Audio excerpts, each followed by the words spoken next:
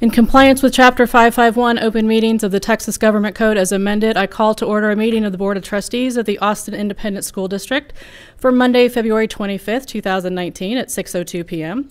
The board may meet in closed session to deliberate the appointment, employment, evaluation, reassignment, duties, discipline, or dismissal of a public officer or employee, including mid-year review of performance of duties by superintendent, purchase, exchange, lease, or value of real property, negotiated contract for prospective gift or donation to the district, commercial or financial information that the board has received from a business prospect, or offer of a financial or other incentive to a business prospect, deployment or specific occasions for implementation of security personnel or devices, and or to consult with legal counsel regarding pending or contemplated litigation or a settlement offer or on a matter which the school district's legal counsel determines should be confidential in accordance with Chapter 551 of the Texas Government Code, Sections 551.074, 072, 073, 087, 076, and 071 respectively. We will move to the approval of the agenda. Is there a motion to approve the agenda? So moved. Second. Having a motion and a second to approve the agenda, all those in favor, please raise your right hand. The motion passes by all those on the dais, 5-0-0. We will now recess the open meeting and move to executive session in the board office. Do I have a motion to adjourn the open session? So moved. Second. Having a motion and a second to adjourn the open session, all those in favor, please raise your right hand. Motion passes by all those on the dais. We will now recess the open meeting at 6:04 p.m. and move to executive session in the board office. The open session is now recessed. Good evening. We will now reconvene the open meeting at 7:19 p.m. It is correct, yeah. Tonight, students from Jordan Elementary will lead us in the Pledge of Allegiance and the pledge to the Texas flag. Principal.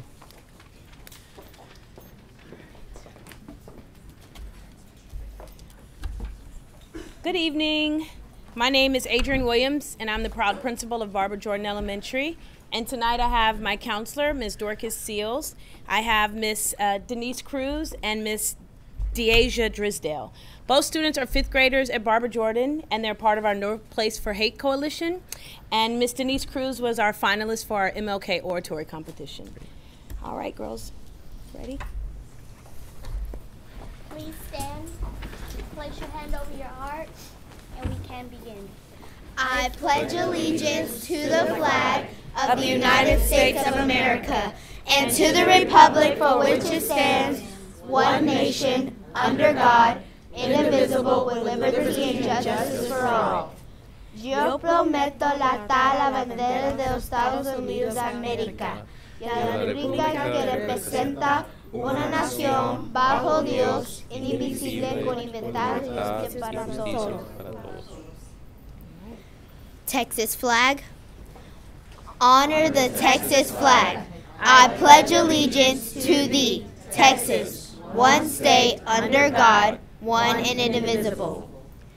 Yo la bandera de Texas, te juro latar Texas, un estado bajo Dios, uno indivisible. Thank you. Thank you so much for leading us in the pledge. Will you please come forward so we can meet you?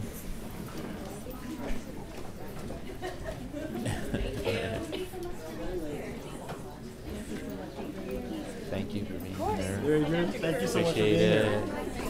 it. Gracias, great job. Did a great job. Gracias, great job. And those are awesome shorts. Thank you so much. Appreciate you Thank being you so here. much for being here.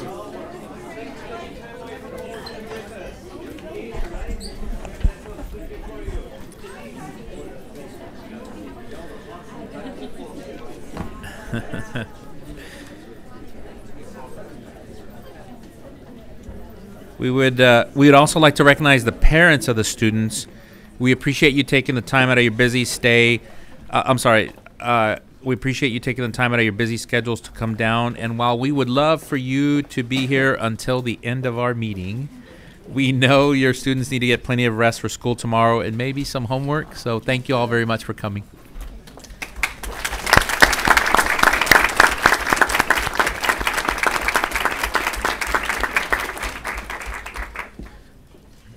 Tonight, we have one AISD's Got Talent recognition. We will begin our evening by recognizing Clayton Elementary School counselors Denise Berry and Robin Johnson, Hill Elementary counselors Sheila Wessels and Stephanie Winfrey, and Mills Elementary School counselors Christina Kern and Linda Watley for receiving the CREST Award for Counseling Excellence for 2018. Dr. Cruz. Thank you, President Rodriguez. And now I'm going to call for introductions, so we can come forward and have for introductions. I will call on Sandra Creswell, Associate Superintendent for Area 1 Schools, and Gilbert Hicks, Associate Superintendent for Area 2.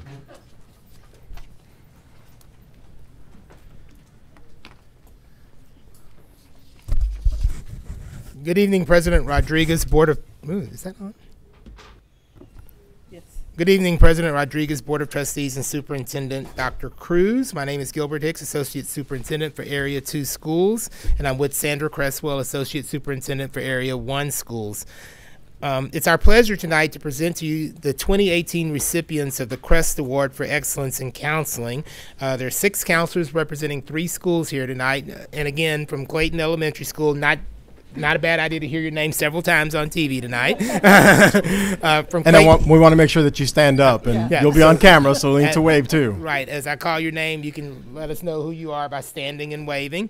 From Clayton Elementary School, Denise Berry and Robin Johnson, and here tonight with their principal, Amy Gonzalez. From Hill Elementary School, Sheila Wessels and Stephanie Winfrey, and they're here tonight with their interim principal, Jack Drummond. And from Mills Elementary School, Christina Kern and Linda Watley, and they're here tonight with their principal, Lala Beecham. Yay.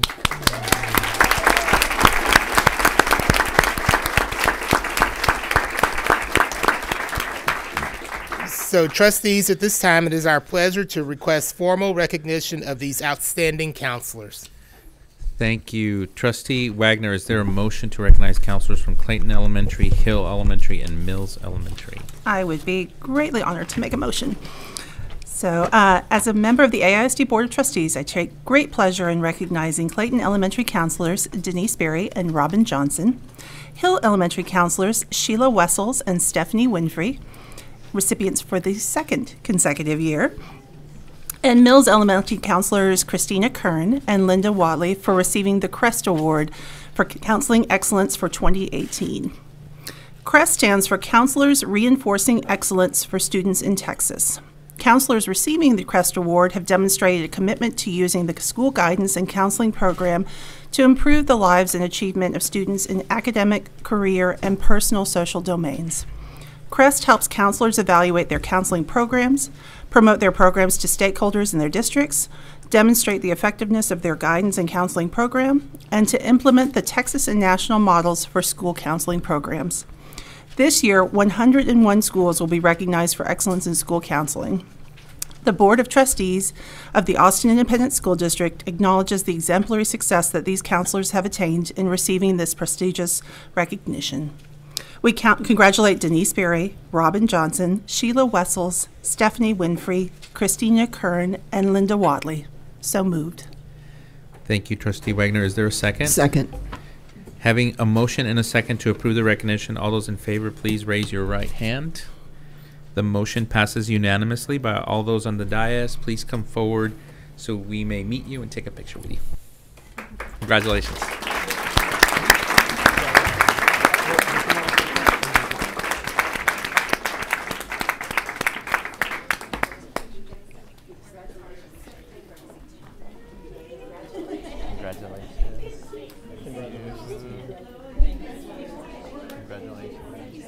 Congratulations, very, very proud. Congratulations. Congratulations, very proud of your great work. Congratulations to you, very proud. Thanks for all your hard work. Congratulations. It's awesome, awesome work. Congratulations. Thank you for all your hard work.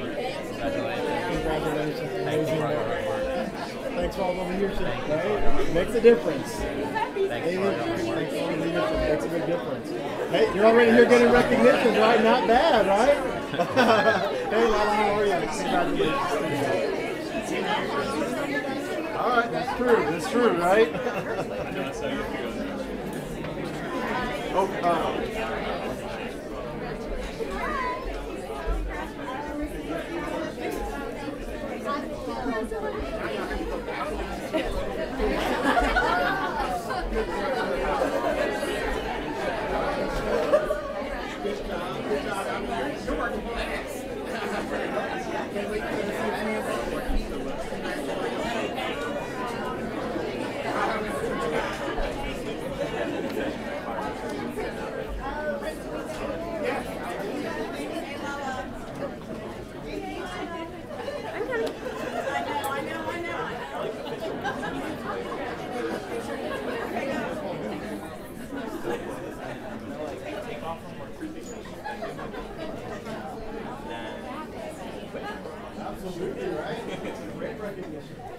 Big smiles, right?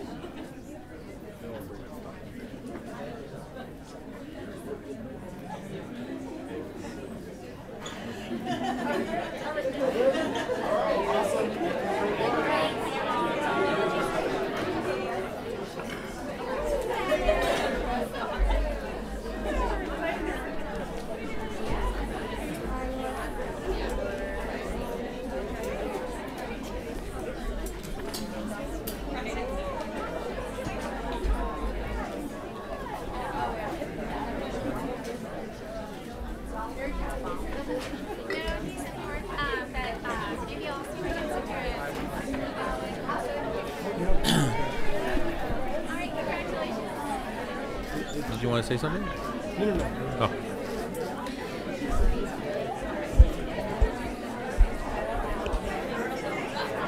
Congratulations again. The board will now move to public comment. It's like knocking out. This is the board will now move to public comment. This is the time we dedicate ourselves to welcoming and encouraging public comments during our regular board meeting and to commit ourselves to active listening.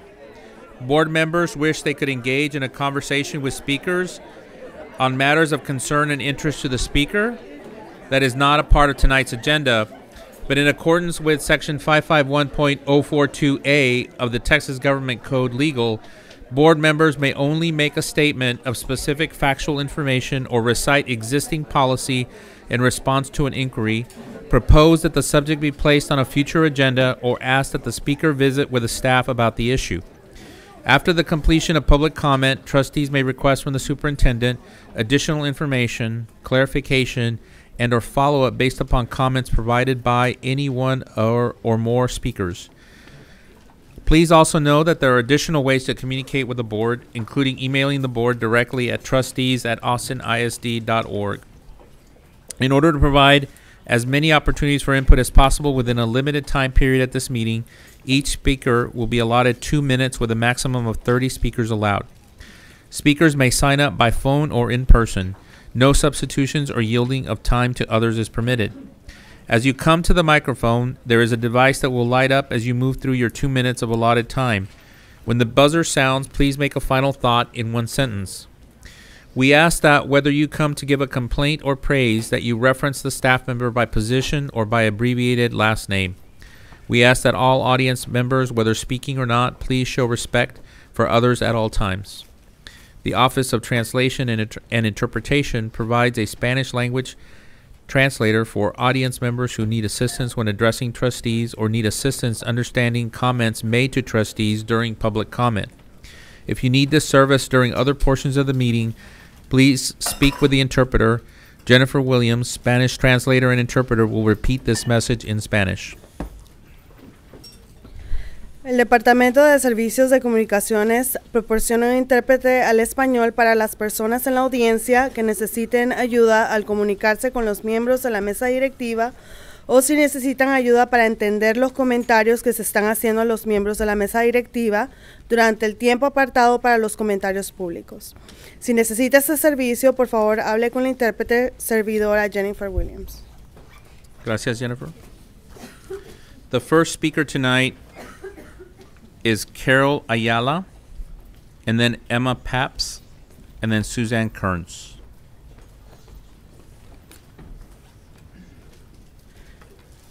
Hello, my name is Carol Ayala, and I'm a former teacher of this district. I resigned after being trained under the Welcoming Schools teacher program at Odom Elementary. I co-founded Concerned Parents of Austin, now Texas, because of the district's decision to bring in Welcoming Schools without parental notification or consent. Parents, if you believe that the goals of sex ed are to prevent pregnancy and disease, you are being deceived. You must understand that this type of curricula is rooted in an ideology that you probably don't share. This ideology values above all health, science, or parental authority, sexual freedom. According to this philosophy, a successful curriculum encourages students to develop their own values, not accept those of their community. It emphasizes the wisdom they'll gain through open-mindedness and tolerance.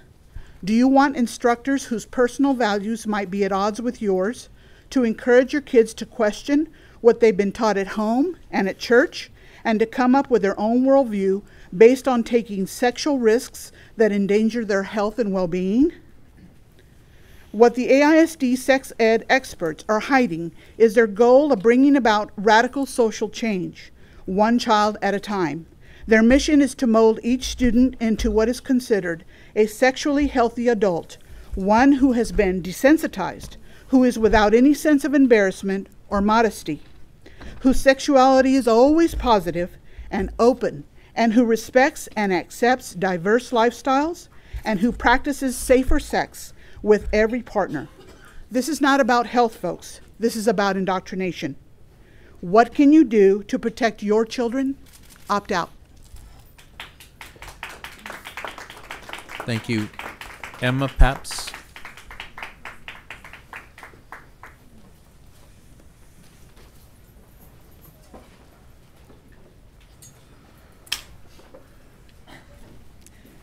Good evening, everyone.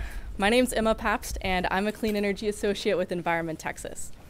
I've spoken before y'all more than a few times now, and tonight I'm here to remind each of y'all of the role that solar power can play in putting both our schools and our students on a path to success. As Austin ISD makes tough decisions about school closures, unpaid maternity leave, and employee health plans, I urge you to consider the numbers that we've presented you with.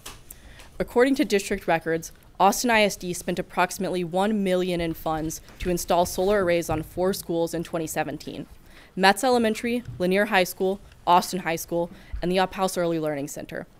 Those records also indicate that these installations will save the district over $2 million in total costs over the next 20 years, a double return on the district's initial investment.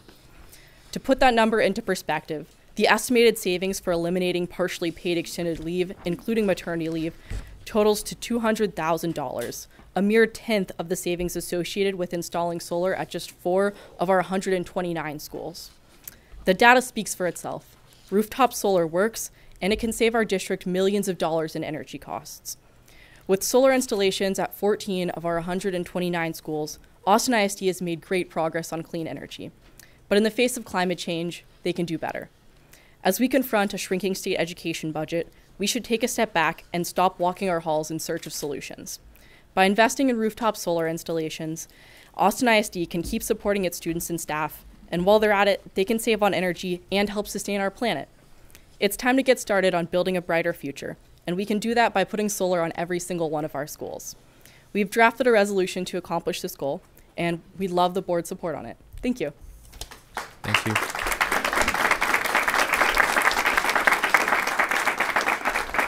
Suzanne Kearns, and then Dusty Harshman, Matthew Shade, and Lourdes Bautista.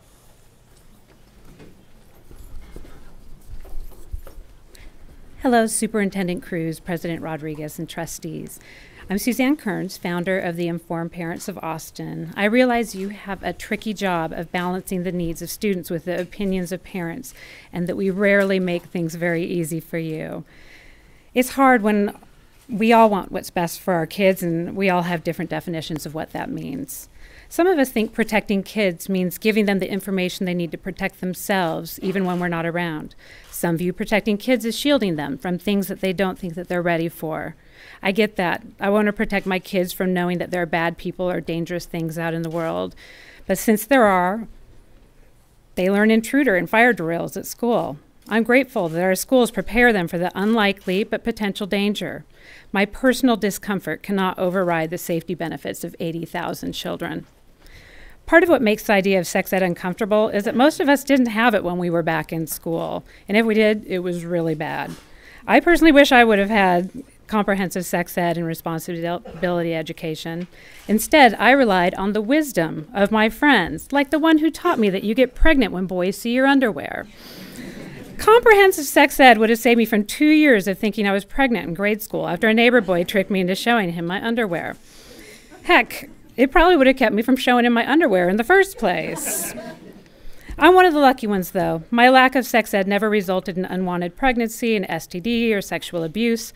I never had to deny my true identity or sexuality or considered killing myself so that I could end a life of judgments from people who couldn't accept me for who I am. Unfortunately, I have more friends than I can count who have lived through all of these things and more. All of us do. Statistically, this room is full of people whose paths could have been much different if they have had the important information and the acceptance they needed decades ago. We have the chance to ensure that our kids don't become a statistic or have to depend on luck to stay safe. Our personal discomfort over subjects that make us feel squeamish cannot override the safety of the future of 80,000 kids. Just like fire and intruder drills, we don't always get to choose when our kids need to be ready to protect themselves. Thank you. Thank you.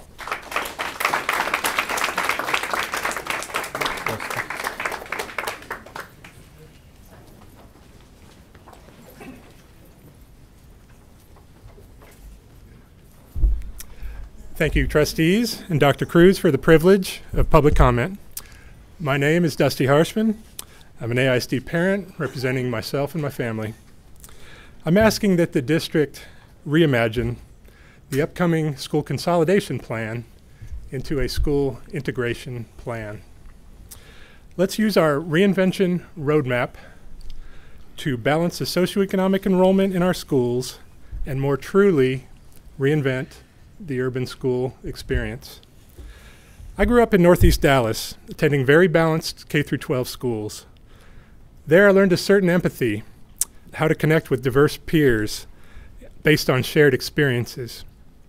I learned how to both communicate and collaborate in multicultural environments. I was also confronted with new ideas that forced me to think critically about my own preconceived biases. You might say I learned the superintendent's power skills for the 21st century. Today, my high school alma mater enrolls 54% students of economic disadvantage, a balanced number, you might say, and almost exactly AISD's district-wide average. Unfortunately, very few AISD schools, only 20 out of 110, fall even within 15 points of the district's average. This is no bell curve. We are a district of socioeconomic extremes. I know we feel it, and to some extent, we fear it. Other urban districts are taking proactive steps to balance schools at similar extremes. Dallas and San Antonio are becoming stronger through pilot intervention programs, integration programs, while cities like Denver and New York have implemented system-wide plans, more than pilots.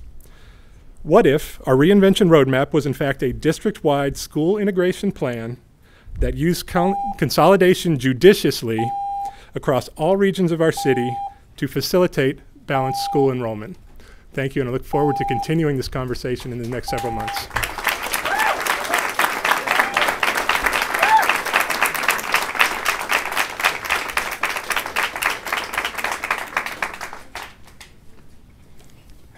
Hi, good evening.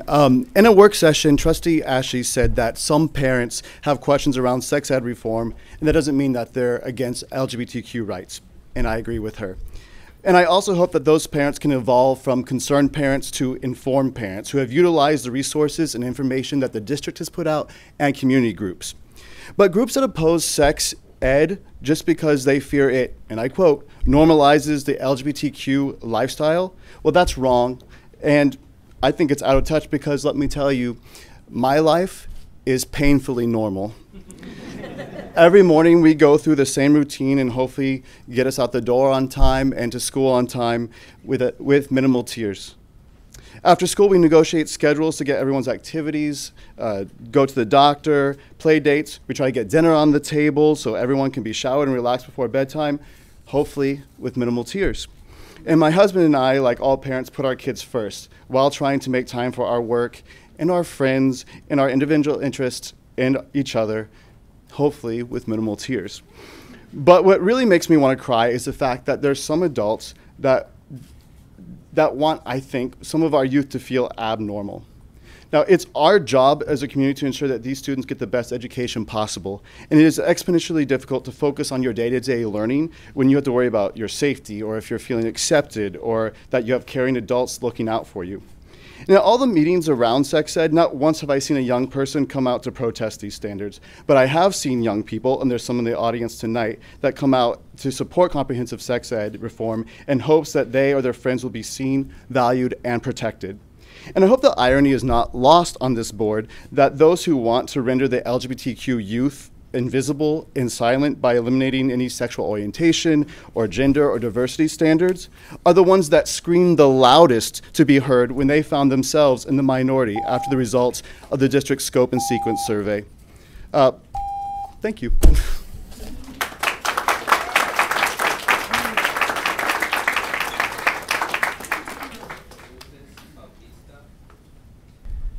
Lourdes Bautista, and then Aaron Willig, Candace Ayler, and then Alyssa Rayleigh. Thank you, Superintendent Cruz and Board of Trustees. My name is Lulu Bautista. I'm a preschool teacher, the parent of an AISD kindergartner, and a member of the Informed Parents of Austin, speaking today in support of comprehensive sex education for children at all grade levels in AISD. Curriculum that informs about consent, identity, anatomy and physiology, puberty and adolescent development, pregnancy and reproduction, sexually transmitted diseases, and safety is a curriculum that shows students that we honor and value their right to information. It affirms that AISD aims to be in the business of honest intellectual discourse and respect for bodily autonomy. It educates teachers, students, and families to the fact that people who identify as LGBTQIA exist, their lives are valuable and worthy of acknowledgement, and that they deserve to feel not only welcome but safe. This education saves lives. You've heard from detractors, parents who want to not only keep this information from reaching their own children, but also keep it from the classrooms of teachers and students who need it most. They'll catch you up on the technicalities of the process, but with their mission of stopping the normalization of choices and lifestyles that don't align with their beliefs, it's clear that even a perfect process would not be satisfactory. Do not be confused with the casual use of words like normalization and lifestyle. That people are born with an identity in their heart and in their body is not a choice. These aren't lifestyles, these are lives. People who are living, breathing, working, learning, and loving just like you and me. There is no normalizing something that just is. This curriculum provides factual, medically accurate, life-affirming information. Being informed and supported in their knowledge keeps children safe. In choosing to adopt this curriculum while giving parents the choice of opting out, AISD is instead refusing to normalize the devaluation of lives and education. Your yes vote today is a step in the direction of fulfilling AISD's mission of providing a comprehensive educational experience that is high quality. Thank you. Thank you.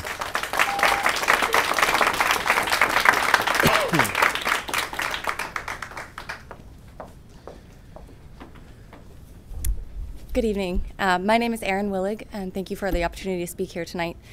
I'm here officially as the outgoing chair of the Healthy Youth Partnership, which is an organization that provides professional development to youth-serving professionals like social workers and teachers. But I'm also here as a social worker and a mother and the daughter of a teen parent. My mother became a parent just a few months after her high school graduation. She's been an excellent mother, and I know that she has no regrets about having my sister. However, I know from talking to her about it that she would have had a very different future and made very different choices had she had accurate and timely sex education. As a social worker, I've worked at Dobie Middle School and Aikens High School. At Aikens High School, I led teen pregnancy and parenting groups with teens who were already pregnant. I was shocked to learn that many of my students not only had no idea really what was going on with their bodies, but they had no idea how to prevent future pregnancies and had been given no basic information about their anatomy or consent. My husband is a middle school teacher in AISD, and I know he would attest to hearing many of the same things from his students. When there's a lack of information, the rumor mill and the internet become the teachers. As a mother myself, I've heard from many other parents I know, and I know the arguments that you're hearing. I understand that speaking openly about consent and sexuality and anatomy can be uncomfortable, and as one other speaker said, particularly so when many of us didn't get that as children ourselves, and so we don't understand what that might look like. But I know that the proposed scope and sequence of sex education that you have the opportunity to support, with that I know my daughter would receive age-appropriate, validating, and empowering information about herself, her body, her rights, and how to both treat other people with respect and to demand that respect for herself. In 2016, the CDC surveyed over 700 public schools, and over 40% of them were using national sexuality education standards to inform their programs. I encourage you to let AISD be one of those and support these standards. Thank you. Thank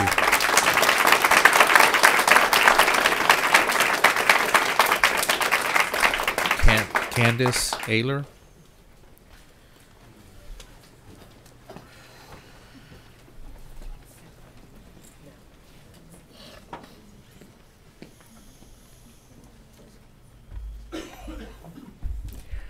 I want to thank can y'all hear me? Okay. I want to thank the trustees and Dr. Cruz for giving us this opportunity to talk about these issues and for being present and attentive. And I want to thank all of these beautiful rainbow people behind me that are in support of comprehensive sex ed. And I'm going to give y'all a break tonight. I'm not going to talk a whole lot about Celebration Church.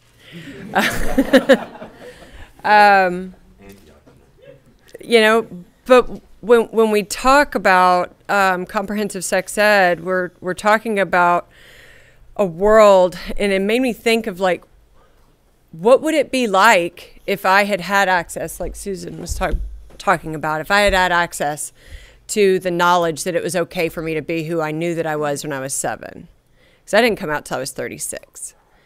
What would the world be like if it was okay for me to be gay in Texas?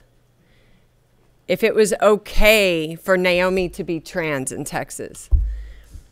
It would be such a different world. Our schools would have been such different campuses to learn on. I would have had the safety and the compassion and I would have known that it was okay to live my best life from high school. I don't even know what that's like, but I imagine I probably would have learned better. I did okay in high school. I probably could have done better, right? Students need an environment that is healthy to learn in. And I probably wouldn't be so angry that I would come here every month and testify before you and sometimes be somewhat disruptive, and I probably wouldn't be going to Celebration Church every Sunday protesting loudly. So thank you for listening to me, and I hope that you are hearing the pleas of the community for comprehensive sex ed.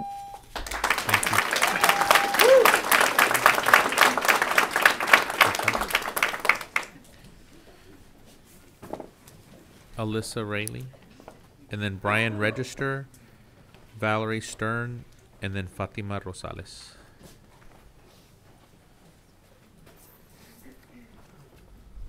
Do I press something? Yes, sir. Hi, I'm Alyssa Rayleigh, and I'm a student at UT, and I'm also an intern for... to turn on.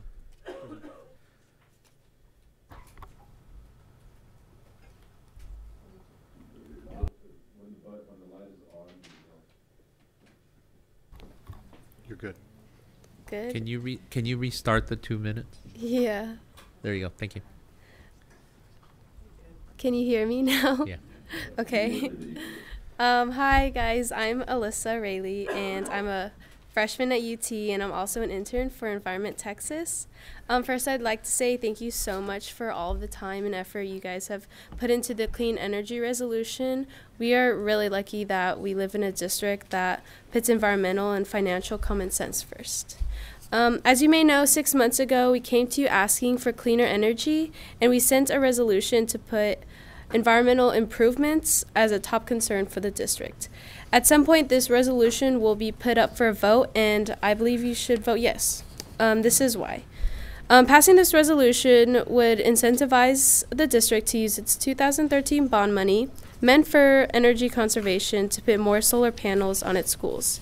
This would be beneficial to the district in so many ways. First, solar energy has the obvious advantage of being environmentally friendly.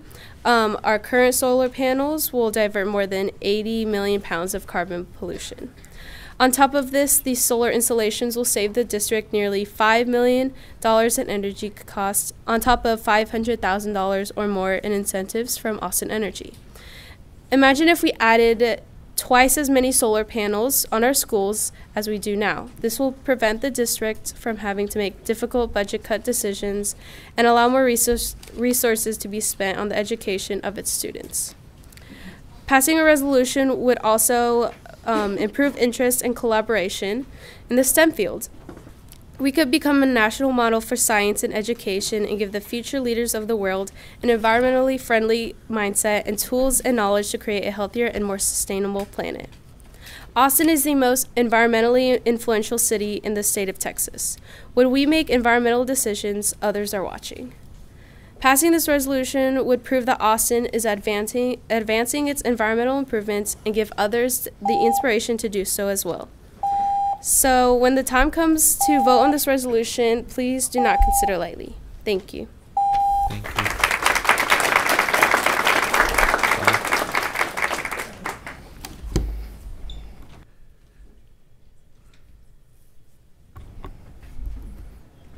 You can talk, so you just press the button.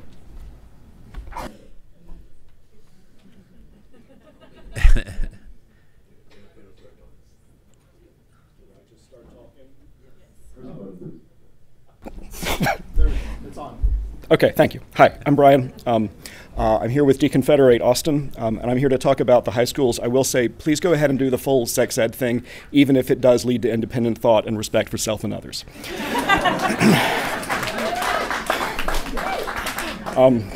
Finally got an applause line. So I understand that the Reagan renaming issue is on the docket for tonight. Please rename Reagan as soon as you can.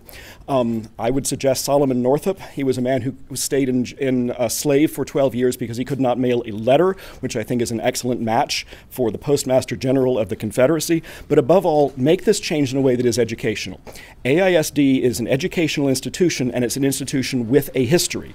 That means that you've got this Reagan guy who's a guy who did some stuff, and that's a history lesson, and also his name was given on that school as a terroristic threat, and that's an interesting historical fact on its own.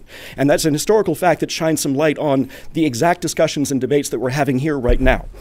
All right, so Reagan is, hopefully y'all are going to change that soon. Trustee Tyke, you have said that you're only interested in renaming Lanier if we can also have a conversation about Bowie and Stephen F. Austin high schools. I think that's a great idea. Let's go ahead and have that conversation. But instead of starting out with the listening sessions from people who have not received any education about these figures, let's go to the schools and tell them something about these people. Go to Bowie High School and say, Colonel James Bowie, hero of the Alamo, bought and sold human beings by the pound. Tell people that and then get an opinion, right? This needs to be educational, beginning, end, all the way through. Find people who can talk about John Reagan, find people who can talk about AISD's history, and have them go into Reagan and teach these things to students, faculty, parents, everybody else. When we look at Lanier and these other schools, do the exact same thing. Have people educating the student bodies, the student populations, all these people. Get some actual value out of this. This was never supposed to be some kind of horrible process from the top where you were just making rules and imposing them on other people. This should always have been constructive and educational. Please get around to doing it right. Thank you.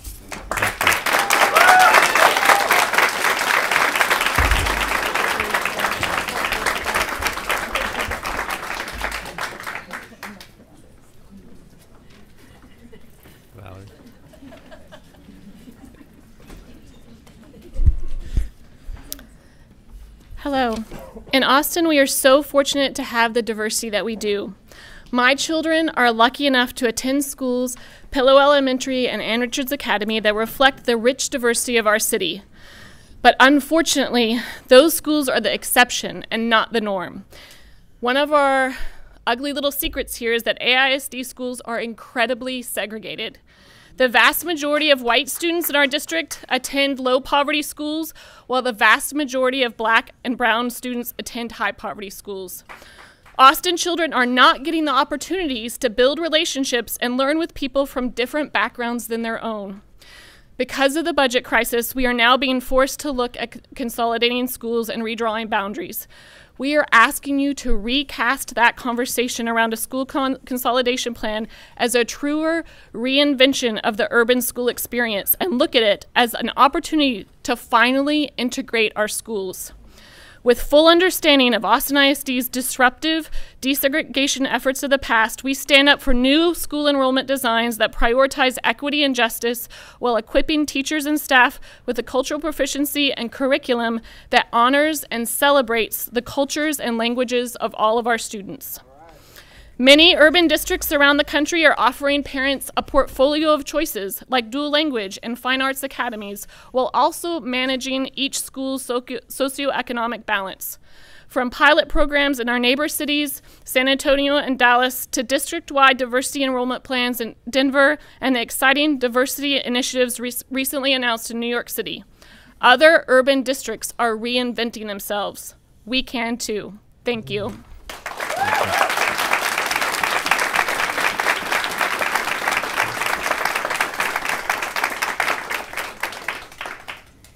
Fatima, and then afterwards Allison Takata, and then David Wiley.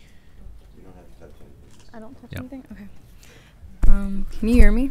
Yeah, okay. Hi, my name is Fatima Rosales. I'm a junior at the Ann Richards School, and I believe in progressively building knowledge each year through sex ed courses because these will help facilitate important conversations at a young age. They will help create a safe environment for difficult conversations later in our youth. Sex ed classes designed for younger students should teach them to not be afraid to ask questions about sexual health and provide knowledge about their body, gender identity, and sexual orientation. This talk about identity and sexuality needs to be more than the cisnormative and heteronormative curriculum that is often offered in order to shape awareness and not isolate LGBTQ+ kids. I have to stress the importance of creating a curriculum that is nothing less than inclusive of the LGBTQ+ community because it will help keep all kids safe and help them feel seen. It is essential to have accurate information in the classroom because otherwise it becomes even harder to find an answer to questions or to know how to ask these questions. It is also completely different to have these conversations with someone else face to face. I know it's always more meaningful for me when I get to have these conversations with adults I trust and I know are looking out for me. So I just wanted to end by saying that we need sex ed that cares for the well-being of the youth of Austin, no matter their age, identity, or sexuality. Thank you.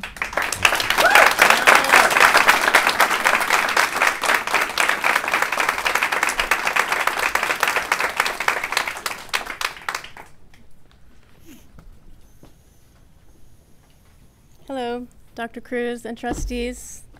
So I've been here before. It's nice to see you. My name is Allie. I live in West Austin, and my daughters attend an East Austin elementary school in AISD. They currently attend a school where 87% of the students are economically disadvantaged, and the vast majority of kids look different from them. My husband and I transferred them because we believe in integration. They're doing incredibly well. As I think about the reinvention roadmap you put forth, I can't help but look back. I believe we Austinites are haunted by Austin City Plan of 1928. I mention this not to blame or shame anyone, but to note that the effects of those racially restrictive policies have been woven into the fabric of today's Austin. In the next few months, I think we have a unique opportunity to make bold changes to disrupt the segregation in our schools. Our kids are growing up in the most ethnically diverse American generation ever. I believe it is our responsibility to prepare them to be with, work with, and live next to each other. Racially and economically integrating classrooms can benefit all our students. They can increase test scores and reduce the achievement gap. Research also shows that integrating classrooms can increase creativity and empathy and improve cognitive skills like critical thinking and problem solving. I realize balancing enrollment is extremely complex. I have faith in you and your capacity to make the hard decisions that will steer Austin towards more ethnic and socioeconomic balance in our schools. This could be the year that Austin reinvents our schools and creates spaces where all of our students learn and grow together. I know we can do this. Thank you.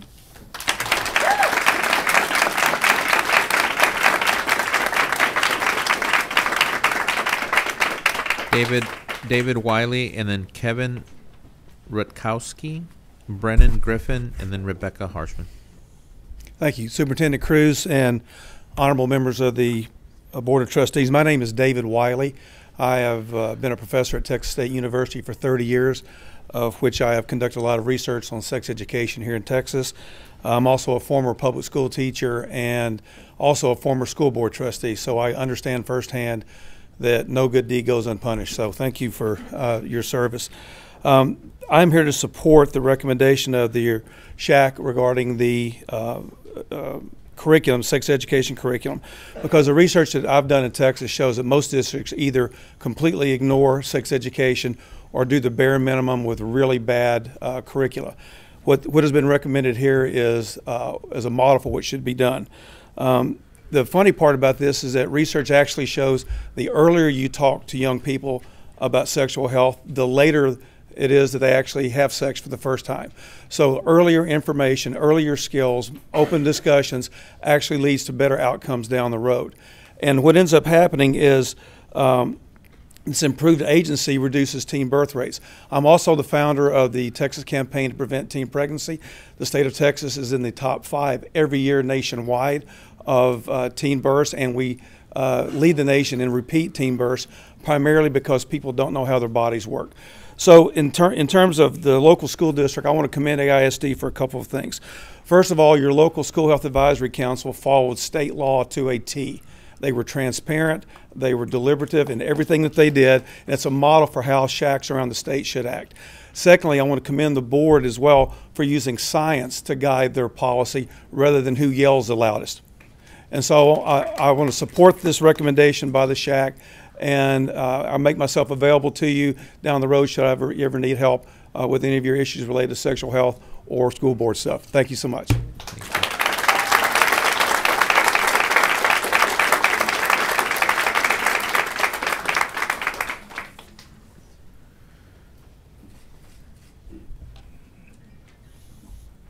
Oh, you don't need to press anything. Okay. It's on.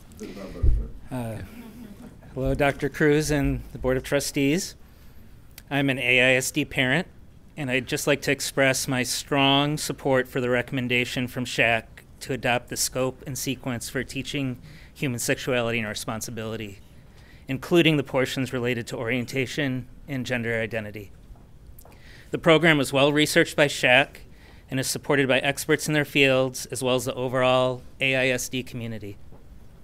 In my view, this supports a public school community that will be welcoming to all, safe, and informed. Thank you.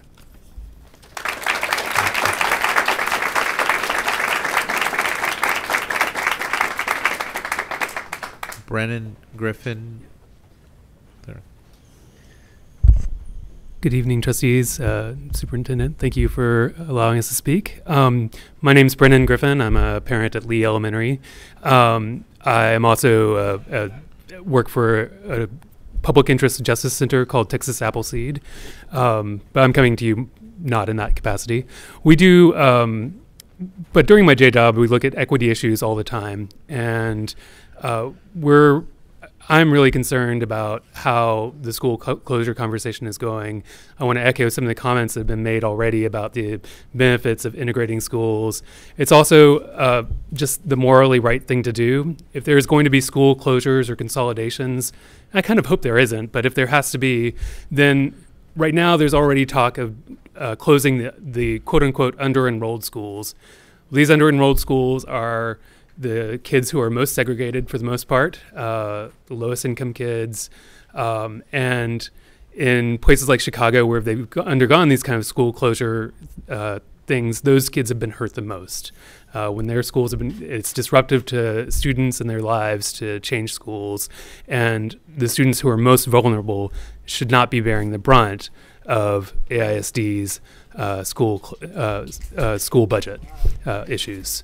So I just really want to strongly emphasize all the benefits that were also talked about with integrating schools. Allows resource sharing. Students who are well off and of the majority do just as well as they do or better on standardized tests. There are no negative impacts for them, and it often closes those achievement gaps that we face in AISD and other places. So thank you for your time, and good night. Thank you.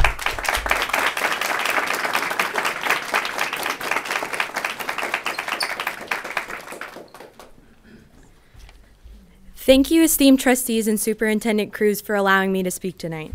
My name is Rebecca Harshman, and I'm a freshman at the Liberal Arts and Science Academy at LBJ High School. I have been a proud AISD student since kindergarten, when I began to attend Maplewood. I enjoyed a rich experience in a culturally diverse environment at my elementary school. I've gone on to attend Keeling and LASA, and I wish that these magnet schools felt more like my diverse elementary school. In fact, I belong to a student organization called Untapped Austin. To date, we have worked with students in District 1 schools on their magnet application essays, and we hope to do even more in these schools, like book clubs and science fair workshops. It seems like many schools in AISD lack the diversity of Maplewood when I attended. Even Maplewood has become a less diverse school over the last few years. When I started kindergarten, 65% of the students were at an economic disadvantage, and we were just losing our Title I status. Now, only 37% of the students are at economic disadvantage. With a district average of 53%, what if we built a plan that kept our schools close to the average, fully integrating our district? Currently, it feels like our schools are at the extremes, and it distances our communities. What if we could bring communities together by truly reinventing the urban school experience? What if we integrated schools instead of closing them? Thank you. Next is Emily Sawyer, and then Vincent Tovar, and then Louis Apel. Good evening, Superintendent Cruz and Board of Trustees. My name is Emily Sawyer. I'm a parent with students at Blanton Elementary and Martin Middle Schools. It is imperative that we engage in a visionary process with strategic and bold leadership regarding school closures and consolidations. We are presented with the opportunity to understand the impacts of historical institutional racism on our ability to shift outcomes of marginalized students and engage in a reflective dialogue based on critical consciousness about where we have been and where we want to go. This will require authentic engagement with and valuing the priorities of our communities. We have seen a pattern of a lack of vision around token gestures that make us feel like we are acting when we are not. Puts much of the onus on community committees that do hard work without that work ultimately impacting decision making. Without decisive leadership, we will never move beyond politically safe and relatively comfortable discussions of enrollment and right sizing, facility suitability, and modernization. We must not consider this process successful if we simply have the right number of schools at the end. But not all of those schools deliver academically rigorous, culturally engaging, and humanizing education to every student so that every school is a place that any of us would be happy to send our kids to. In so many Title I schools, we spend so much time and money on remedial programming and test preparation. We say we believe every student can learn, but we don't act like we believe it. We say teachers are superheroes, then we step on their capes and ask why they aren't flying. We weigh teachers and students alike down with benchmarks and one-size-fits-all teaching strategies and fear of not making the mark. We don't need transformation zones administered by TEA and outside partners. Superintendent, if you believe it will lead to success in our schools, you can give teachers and administrators increased autonomy right now in our schools. You can give teachers and administrators the ability to create and maintain programming that works for their campuses. Not remedial programming, but visionary programming, things that make sense for their campus's needs and opportunities. Let's stop waiting for certain students to prove to us that they deserve the best education we can deliver if only they can just pass a test. Thank you.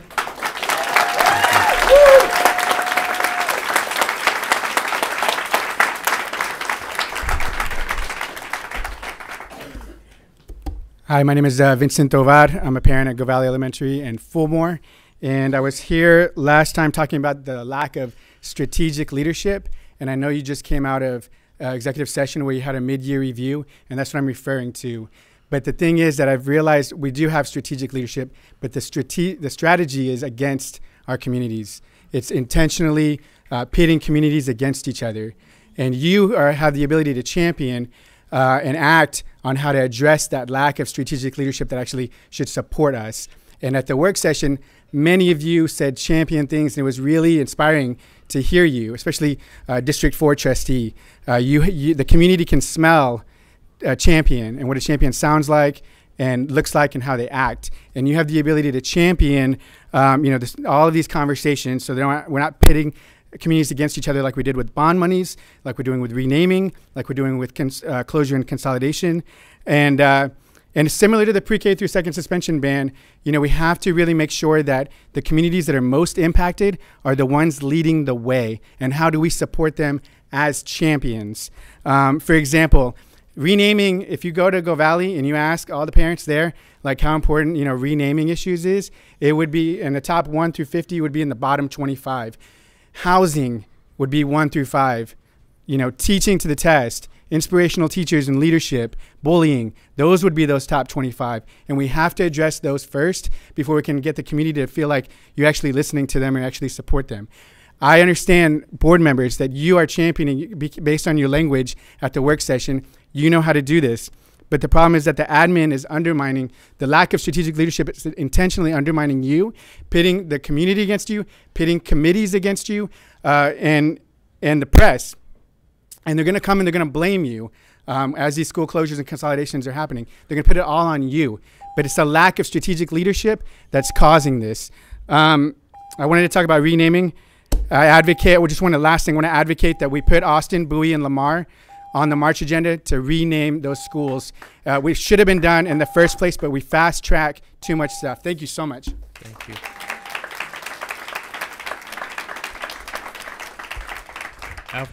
After Louis Apple, it's Soraima Pelaez, Candace Pruitt, and then Manuel Munoz. Good evening, members. Good evening, members of the board. Thank you for allowing me to speak with you this evening. My name's Louis Appel. I'm a pediatrician here in Austin. My two children are AISD students. They're in high school now. I'm proud to say they've been AISD students since kindergarten.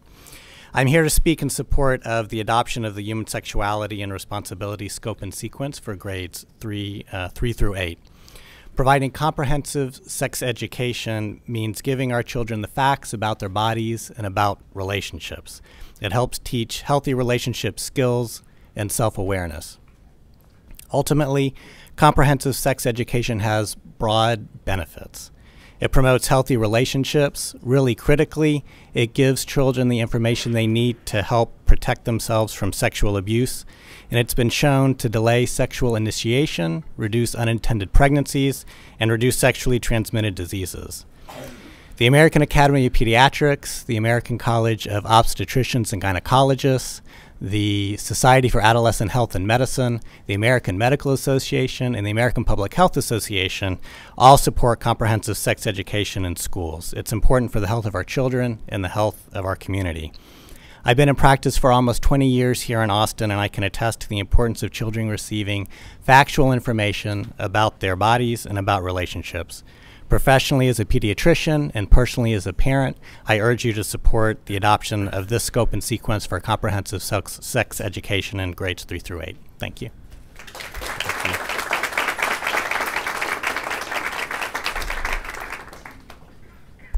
Buenas noches. Good evening. My name is Soraima Pelaez. I am the Outreach and Advocacy Manager for the Texas Freedom Network. TFN is a grassroots organization of more than 150,000 religious and community leaders and Texans ages 18 to 29 working together for equality and social justice. We have more than 50,000 supporters in the Austin area alone. And I'm here tonight to urge you to vote yes to move forward on updating AISD's sex ed curriculum to ensure that all Austin students have access to the information, resources, and skills they need to protect their health and build their future without shame or judgment. TFN has published 2 in-depth studies about what Texas public schools actually teach when it comes to sex education, and as many have mentioned tonight, we found that too often what students learn in their classroom is based on myths and misinformation about birth control, gender stereotypes, shame, and stigma. The changes you're considering would make AISD a positive model for school districts across the state. We are particularly encouraged by the district's effort to craft a sex education curriculum that is inclusive of the needs of LGBTQ students. We believe that sex education is an appropriate venue for all students to learn about sexual orientation and gender identity and acceptance of LGBTQ people and families. Every student, regardless of their sexual orientation or gender identity, deserves to learn in a setting that is inclusive of their experiences and that provides information they need to stay safe and healthy, and to do so without shame, stigma, or discrimination. Thank you.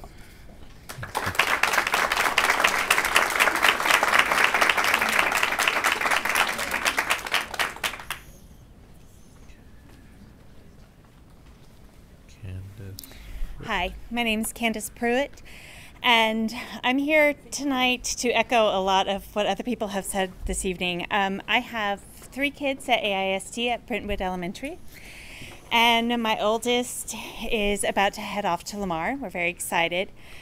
One thing I am nervous about, though, is their sex education, for all of them, actually.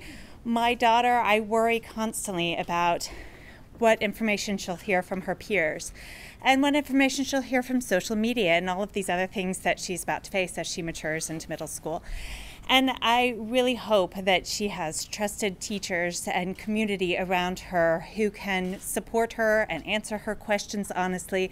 I do what I can, but we all know kids look to their peers and to other people they trust. So please support sex education in our schools.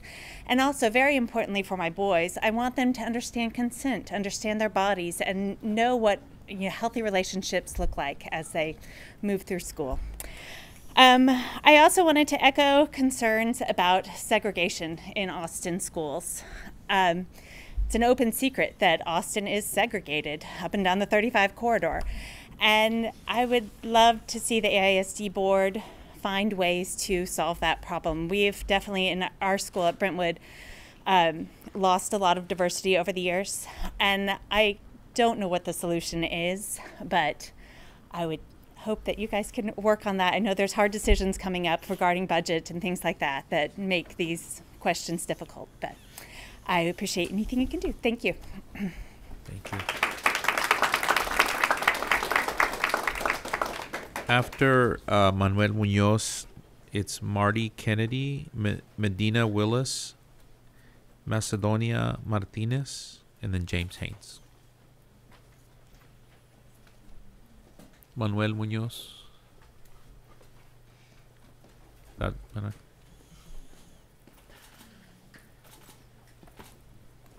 Good evening, trustees. My name is Manuel Munoz. I'm pretty sure y'all are getting tired of seeing me, but this is my 3rd time coming up here, and we just wanted to reiterate our support tonight for the renaming of all the AISD facilities renamed after Confederate figures, as well as the motion that's hopefully going to be made tonight to rename Reagan.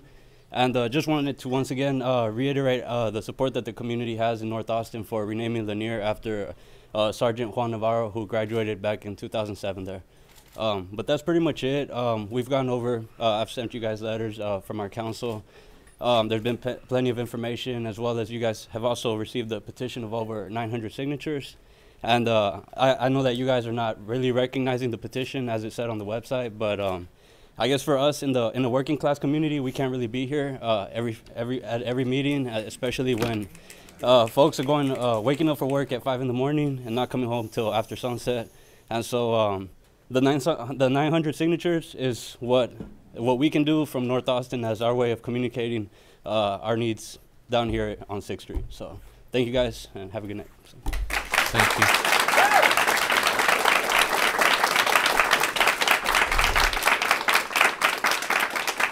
Marty Kennedy.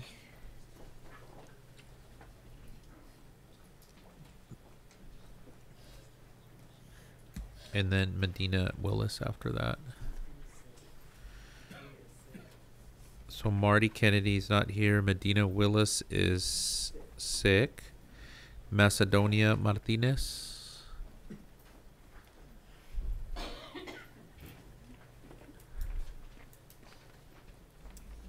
Good evening. My name is Macedonia Martinez. I would like to first say thank you for serving our school and our community. I know you have spent many hours making critical decisions that affect our students. This is why I'm here to ask you to consider very carefully what you are voting on tonight when it comes to sex ed. What particularly stands out to me is the parent survey. How can you base your vote on a survey that reached a handful of parents in the school districts? Lots of parents that I know didn't complete the survey or didn't receive the survey. It also included teachers and high school students. How is this a parent survey? I usually, in the past, I would receive the survey in a folder, in my kids' folder. This year, that wasn't the case. Another thing is, how can you vote on something that covers topics so personal without knowing what the lessons are? Why hasn't the SHAC done its job by providing you guys the curriculum? They are supposed to provide the actual lessons, or at least the summaries for you, so you guys can vote on. And if you vote yes tonight on this outline for grades 3rd to 8, does this mean that the district will automatically add kinder through 2nd and 9th through 12th without a vote next year? Please demand that the SHAC provide you with the actual curriculum for you guys to vote on. We deserve to know what our kids are being taught. Thank you. Thank you. Next is James Haynes. Then Robert Dwyer. And then Chanel Stewart. And then Carol Frederick. Are you Mr. Haynes? I'm Robert Dwyer. Robert Dwyer. So one more time, just James Haynes. Oh, sorry. Sorry to hear you. Sorry about that. Yeah. Good evening, board. My name is Jamie Haynes. So first, I would like to share that Saturday, an administrator and teacher from Martin honored and shared sentiments on behalf of the district and our school in a dignified manner. It seemed to bring solace to Messiah's family and friends at his funeral. So I wanted to share that first.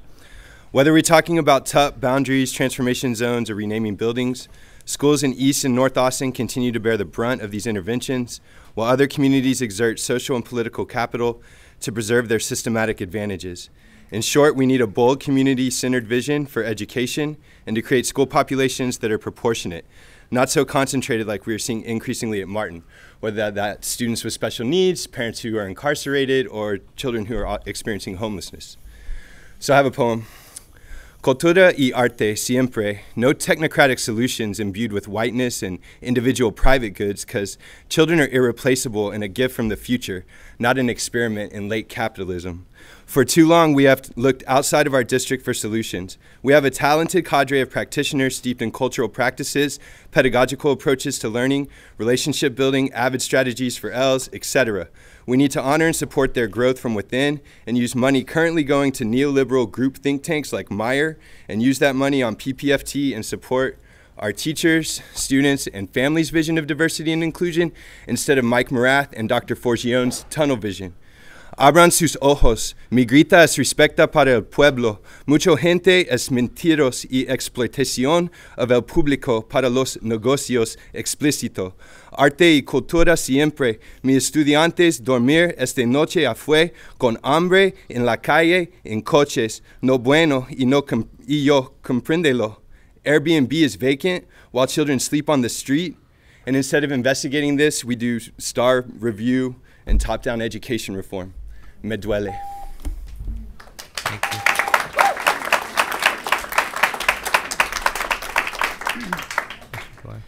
Good evening. My name is Robert Dwyer, and I'm the proud father of 3 adopted children, and at age 62, I have custody of my 5-year-old granddaughter.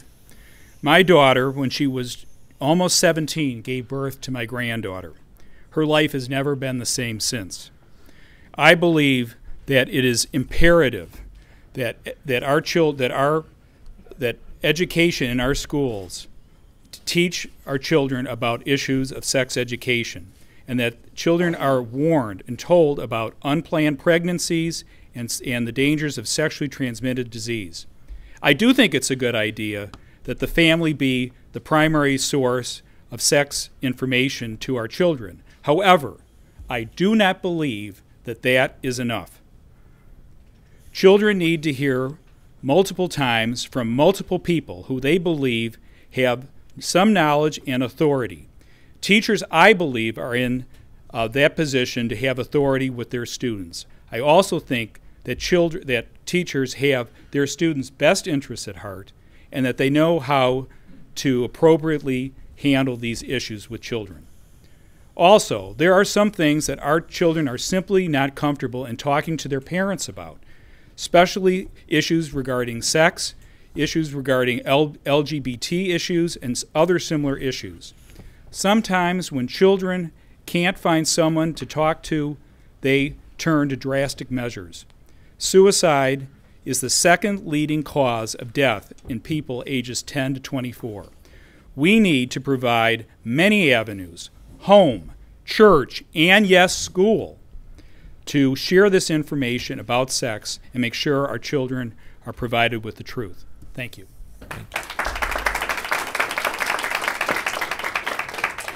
Chanel Stewart.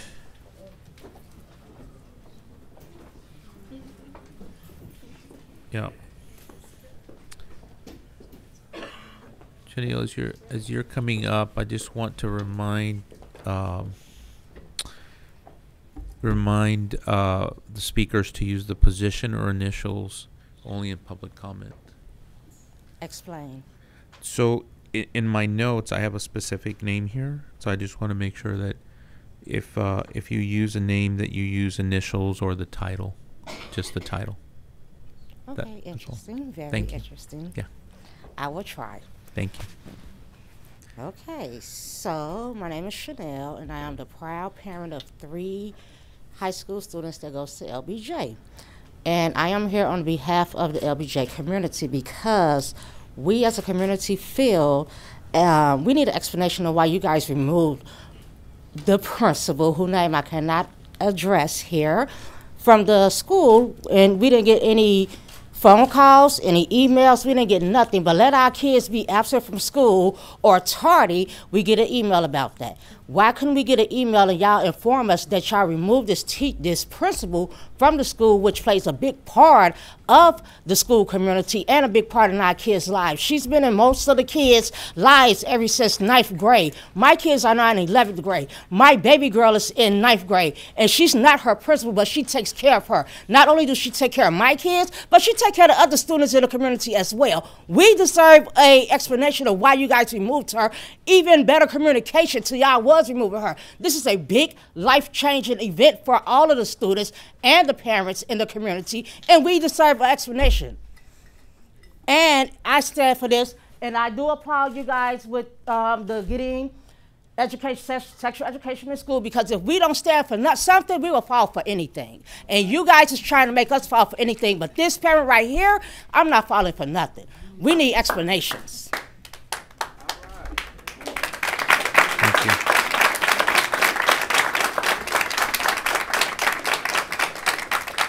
Carol Fedrick.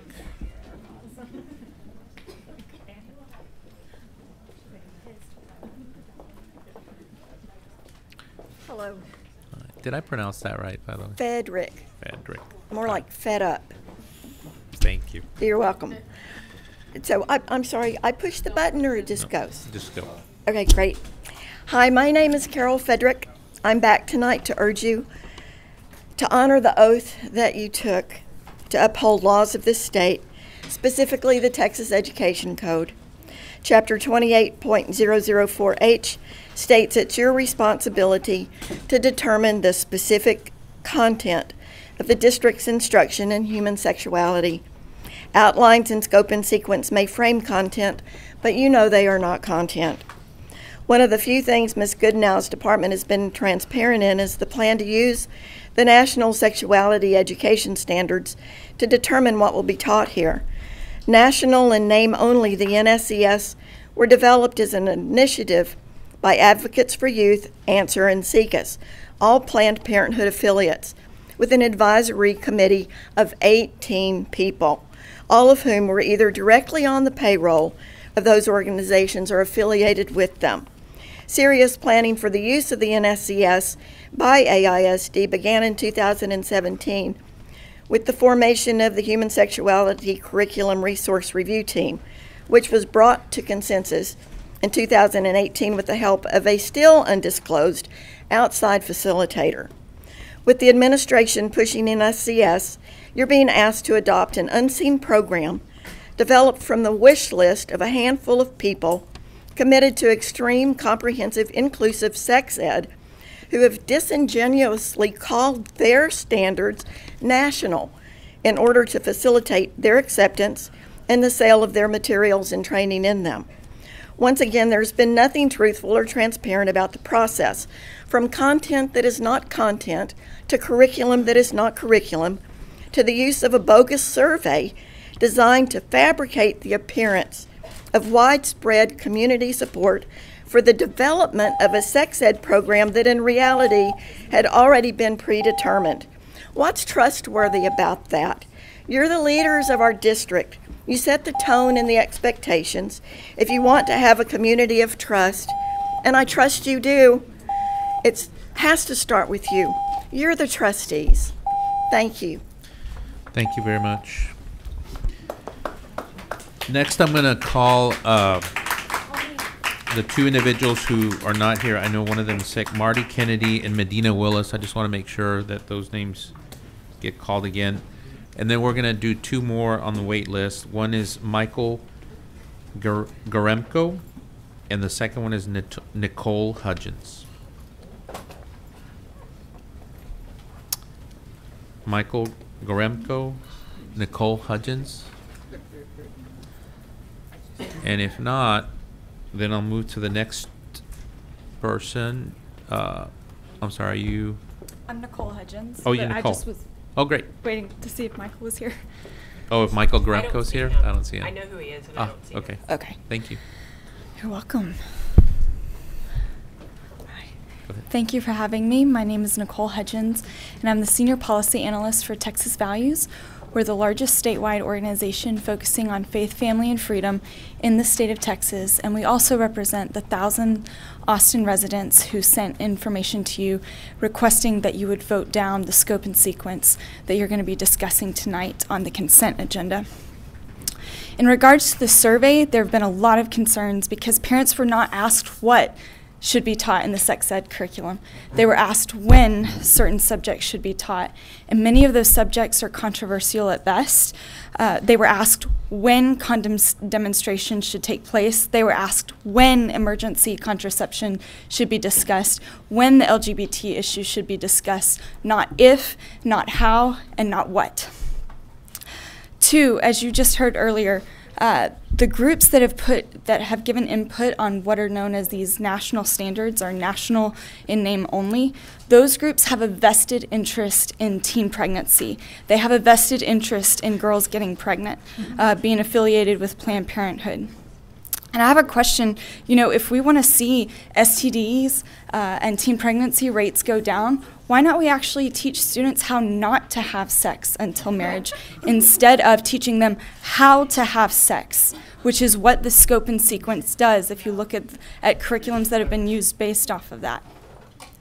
There have also been major transparency issues. Tonight you're talking about the scope and sequence, but when you're discussing it, you're having discussions at 9:30 at night or 10:45 in the evening when parents are actually putting their kids to bed and have been asleep for a while.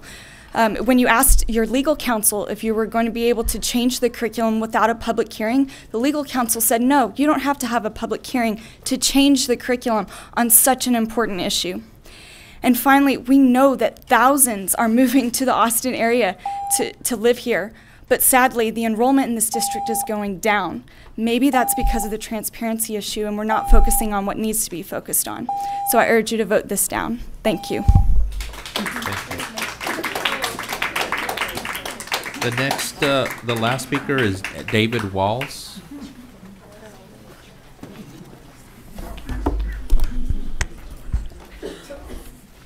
Good evening. Thank you, Board, for this opportunity to speak out. My name is David Walls. I'm actually work as a colleague of Nicole's at Texas Values, but tonight I'm not speaking in that capacity. I'm speaking as a parent of an Austin ISD student. And I am speaking in opposition to the human sexuality and responsibility scope. It is not appropriate for AISD or any school district in that matter to push a sexualized agenda on my child as these irresponsible revisions would do. As has been noted tonight, this process has lacked a lot of transparency and has not allowed sufficient input from all the parents represented in a district as diverse as Austin.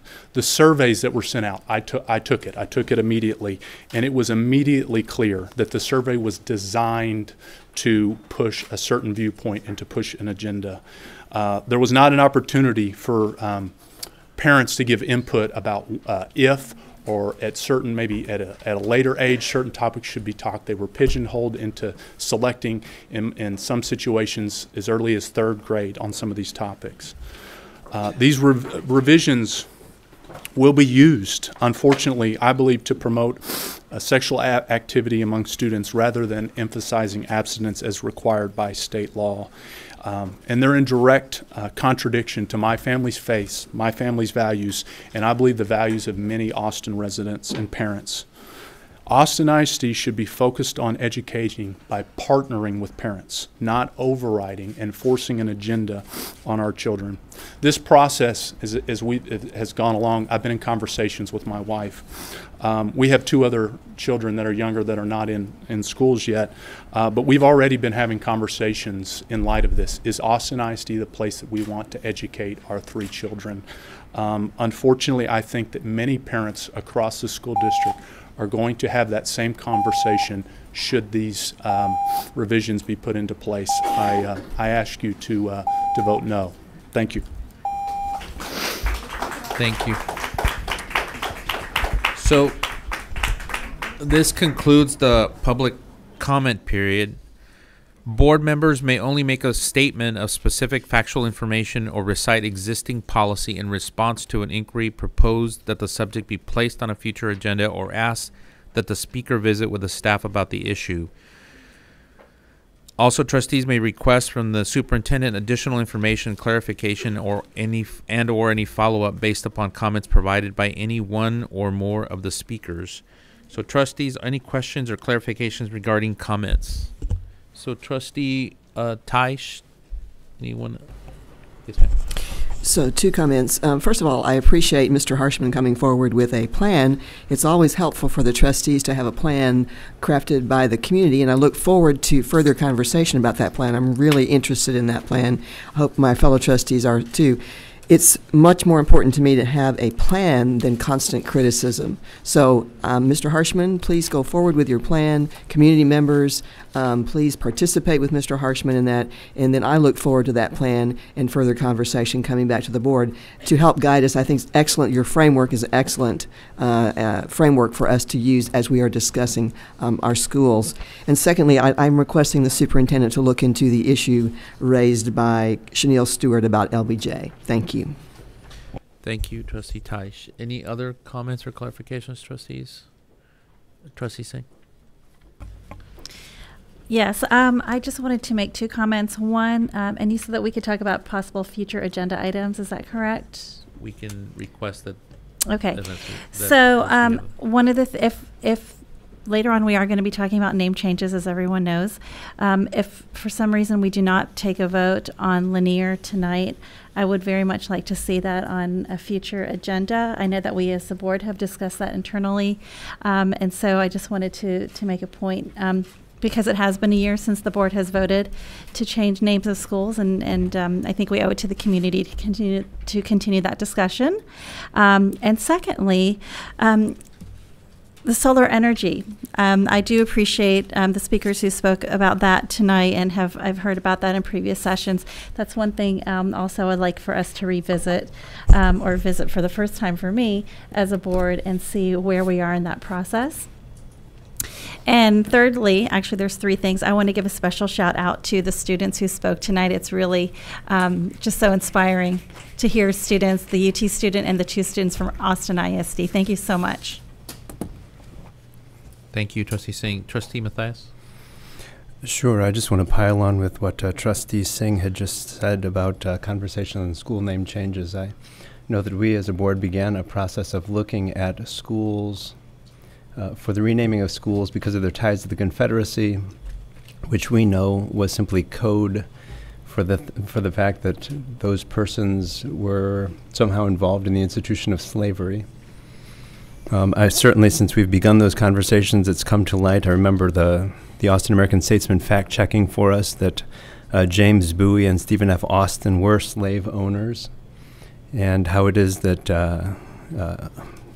Mirabeau Lamar had a vision that included slavery. So I would be happy to forward Trustee Singh's idea of a conversation that widens and includes at least those three schools mentioned this evening, namely Bowie and Austin High and Lamar Middle School. Thank you, trustees. Any other questions or comments? Just to clarify, I know that the Lanier naming is on the operations agenda for the next operations meeting as well, so thank you. Anything else? Thank you, trustees. We're now going to move on to the consent agenda. So please note that the administration has pulled consent agenda item 14.3, termination of professional employees during a probationary contract. Are there any consent items that trustees would like to pull for a separate vote? Trustee Ashe. I would like to pull consent agenda item 10.2. Is there a second? Second. I'm sorry. Todd, there's not a. Do you need a vote? Okay, second. Great. Well, our past practice has been for one trustee to pull it and another trustee to agree to the pulling. So I don't know if we're operating under that same procedure. Yes. Is that okay? Yes. Yes. Thank you. All right. That's what I was doing. Was just. I'm sorry. Oh, and state why. Oh, to provide clarification around the topic. Great. Thank you. Any other consent items?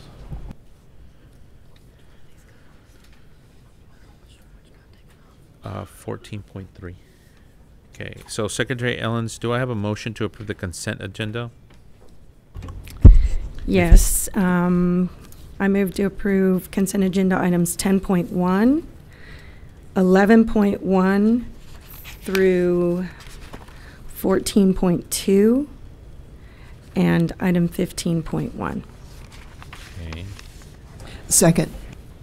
Trustee Tice seconded. Is there a discussion on these consent items?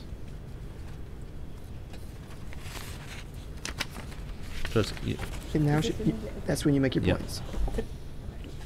No, not up for 10.2. Not yet. You've pulled that one, so we're voting on. There's a motion to approve consent agenda items 10.1, 11.1 through 14.2 and 15.1. If there's no discussion on the consent items, all those in favor, please raise your right hand. The motion passes unanimously. So now for the items that were pulled from the consent agenda, which is item 10.2. Do I have a motion to approve the consent agenda item? So moved. So is there a second? Second. And there's their second. So having a motion and a second, is there any discussion? Trustee Ashe? So everybody in the audience, just take a deep breath. It's okay. We're just discussing. Nobody have a heart attack. I wanted to pull this agenda item to ask one or two clarifying questions, and then to also speak to a couple of things. So I know all of my fellow trustees. We all had our inboxes rather inundated over this topic, and I would imagine several of the emails came from some of the wonderful people that are sitting in this audience. And I wanted to first of all say thank you. I wanted to thank everyone who took the time, because to reach out and talk to us about a topic that they feel passionately about, no matter what their stance was. I really, really, really value community engagement of any kind in our school, and I'm grateful for that. I also, why did it go away? I also wanted to take a second to talk about the fact that I feel like this is just as much about educating our parents on what we're presenting, and that it has been explained to me as a trustee that we are to vote on the specific content, which is going to go deeper than what the scope and sequence is. And so I just wanted to have clarification from administration about that. If we are planning to come back, and if we're planning to come back, is there a reason for us to vote on the scope and sequence? So yes, the item would come back. So right now it's as we discussed at our work session, what is before the board right now and what as discussed at the work session is to approve the scope and sequence. What trustees said is that it's important that we include more parent engagement in the actual content. The trustees also want to review the curriculum. So part of then what the motion would be is to bring that curriculum back for the board's review and final approval. Okay. And do we have an idea of what the review process and how families are going to be able to provide feedback? Do we know what that looks like yet? I'll ask Dr. Goodnow to come forward on this particular item. What we want to make sure is that parents are informed. We want to make sure that with any decision that we take at schools, all are critical, and parents do want to know. Parents do want to be informed, and so our focus will be on transparency so that parents can review the curriculum, can review what's actually going to be in the lessons, and I'm going to ask Dr. Goodnow to go through some of or maybe bring back some of the elements as far as our communication approach and how we would go forward. Yes. Can you hear me? Is this on? Yes? Okay, thank you. So the plan right now, what we're bringing before you is the scope and sequence. Should this be approved this evening, the next steps include the development of an RFP committee we post the RFP for resources. The RFP committee would be made up of, we'll expand our typical size is 5 to 7. We're working with purchasing to expand that number to have representation from schools, including teachers. We'll work with the schools office for teachers and administrators and other campus-based staff to sit on that committee. And then we'll go to SHAC and get nominations from SHAC for 2 members. That's where we are right now. And then also we would look at having central office curriculum specialists, specifically in elementary science and middle school science and health, to sit on that committee. From there, the RFP committee makes a decision based on a rubric, and then we would look at developing lessons and then bringing both the resources and the lessons to the trustees for approval. And right now our goal is June to give us enough time to do the review of the resources and then to build lessons. We're going to work very closely with the communications and community engagement staff, as we did for the last series of community engagement meetings that we had. We had 3 that were held throughout the district. And so we would, as we do with other textbooks, we would be able to kind of do sort of like an open house forum where parents can look at the resource that was chosen, as well as at the very least lesson summaries and get feedback from the lesson summaries. But again, the goal is to have the most robust feedback from parents that we can get around what the resource is that we have chosen, and also the lessons that would be developed. All of this then would hopefully come to the board in June. That's our goal. And then really looking at ensuring that every piece of curriculum that we have adopted and developed is on library shelves, available for parents to review before school starts in August. Now, that depends on if we make that June deadline. And will SHAC be looking at the curriculum? At this point, it's my understanding from, as you know, we check in with the policy experts and also our legal counsel, but that SHAC has approved the standards and the scope and sequence that we're basing our scope and sequence on those standards. And so I think that recommendation has been made by SHAC, and now it really is in administration and trustees' hands. Okay. Thank Thank you. Trustees, any other questions? Trustee Mathias? Less a question and more a comment. I represent District 2, which, when I moved to Austin in 1995, was the teen pregnancy capital of the U.S. At that time, in 1995, there were more teen pregnancies in the zip code 78702 than in any other zip code in the United States. Fortunately, we are no longer the teen pregnancy capital of the U.S., but we are the teen pregnancy capital of Austin.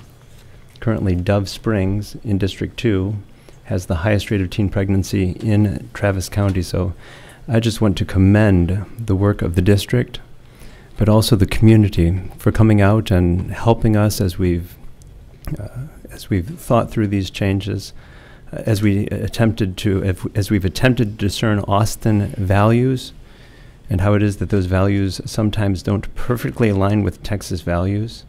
But the fact that we've created this in a program that is opt-out, if I'm understanding correctly, so that any parent can opt his or her child out of this program if he or she chooses to educate his or her child in another way. Yes, for any or all of the. So I'm just very excited that in the 7 years that I've been on this board that we're tackling this issue and revising this, and looking forward to seeing how this will help especially the students of Dove Springs and of District 2, where teen pregnancy continues to be a challenge.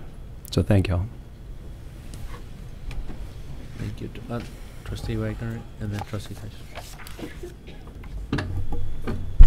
So my comments around the human sexuality and responsibility scope and sequence are specifically related to the fact that I've received quite a few troubling emails of late stating that there's a belief that we as trustees, and in many cases me specifically as an individual trustee, is somehow swayed or influenced by interests, or that there is a hidden agenda at play, or that I'm simply not taking the time to hear or listen to my constituency and really understand where all individuals within my district are coming from and what their personal beliefs are.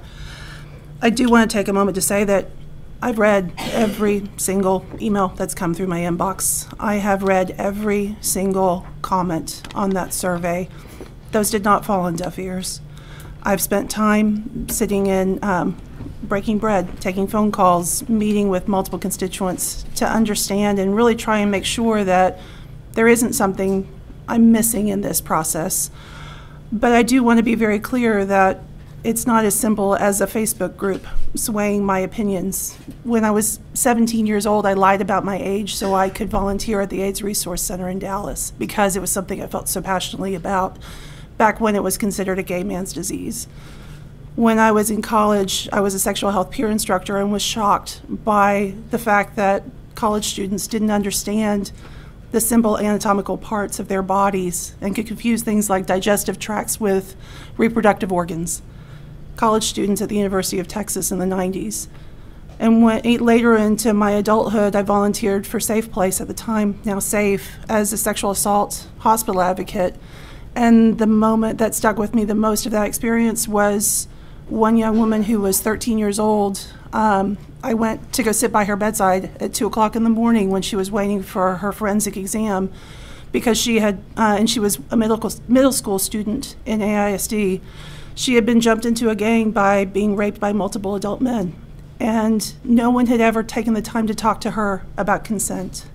These are very real things that are happening in our community, and no parent ever gives birth to a child assuming that that child is going to be a teen parent, or assuming that that child is going to have a sexually transmitted disease, or feel unsafe or unsure about their body or who they are as a person, or that child is going to become one of the 10 million Americans who identify as LGBTQ. But that's the reality of our society and who we are as people, and it's important for every child in our schools to feel proud of who they are, to understand how their bodies work, and to be able to carry forth that information and do what we talk about so much within our academics, and that is develop the critical thinking skills to make the right decisions for themselves to stay healthy and be proud of who they are as individuals. That's incredibly important. This is not about indoctrination. This is not about sexualization. Many of the phrases and emails that we've gotten, surveys that form emails that we've gotten use much of the same language that's being used in San Diego, in Fort Worth, in cities all across the country that are really seeking to plant fear and doubt about this program and make it something that it's not. This is not an immoral, sexualized program. This is simply about making sure that our students are armed with facts, scientific information, and that they know and understand who they are and how their bodies work. This is important stuff, and this is an important thing that we as a board can do to make sure that the students of our district are armed with this information.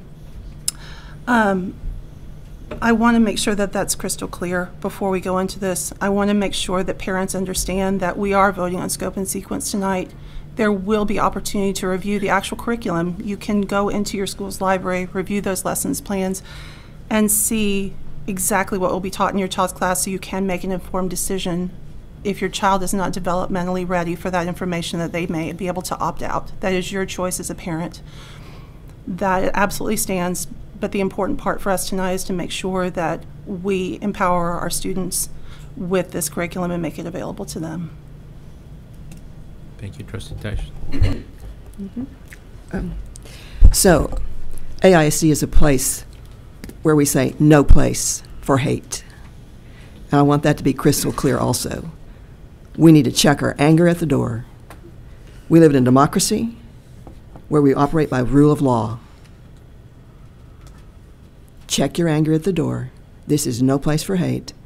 Texas should be a place where we don't hate. The United States should be a beacon to the world where we don't hate. Please remember that. And all of you with Christian values, please remember the teachings of Jesus Christ.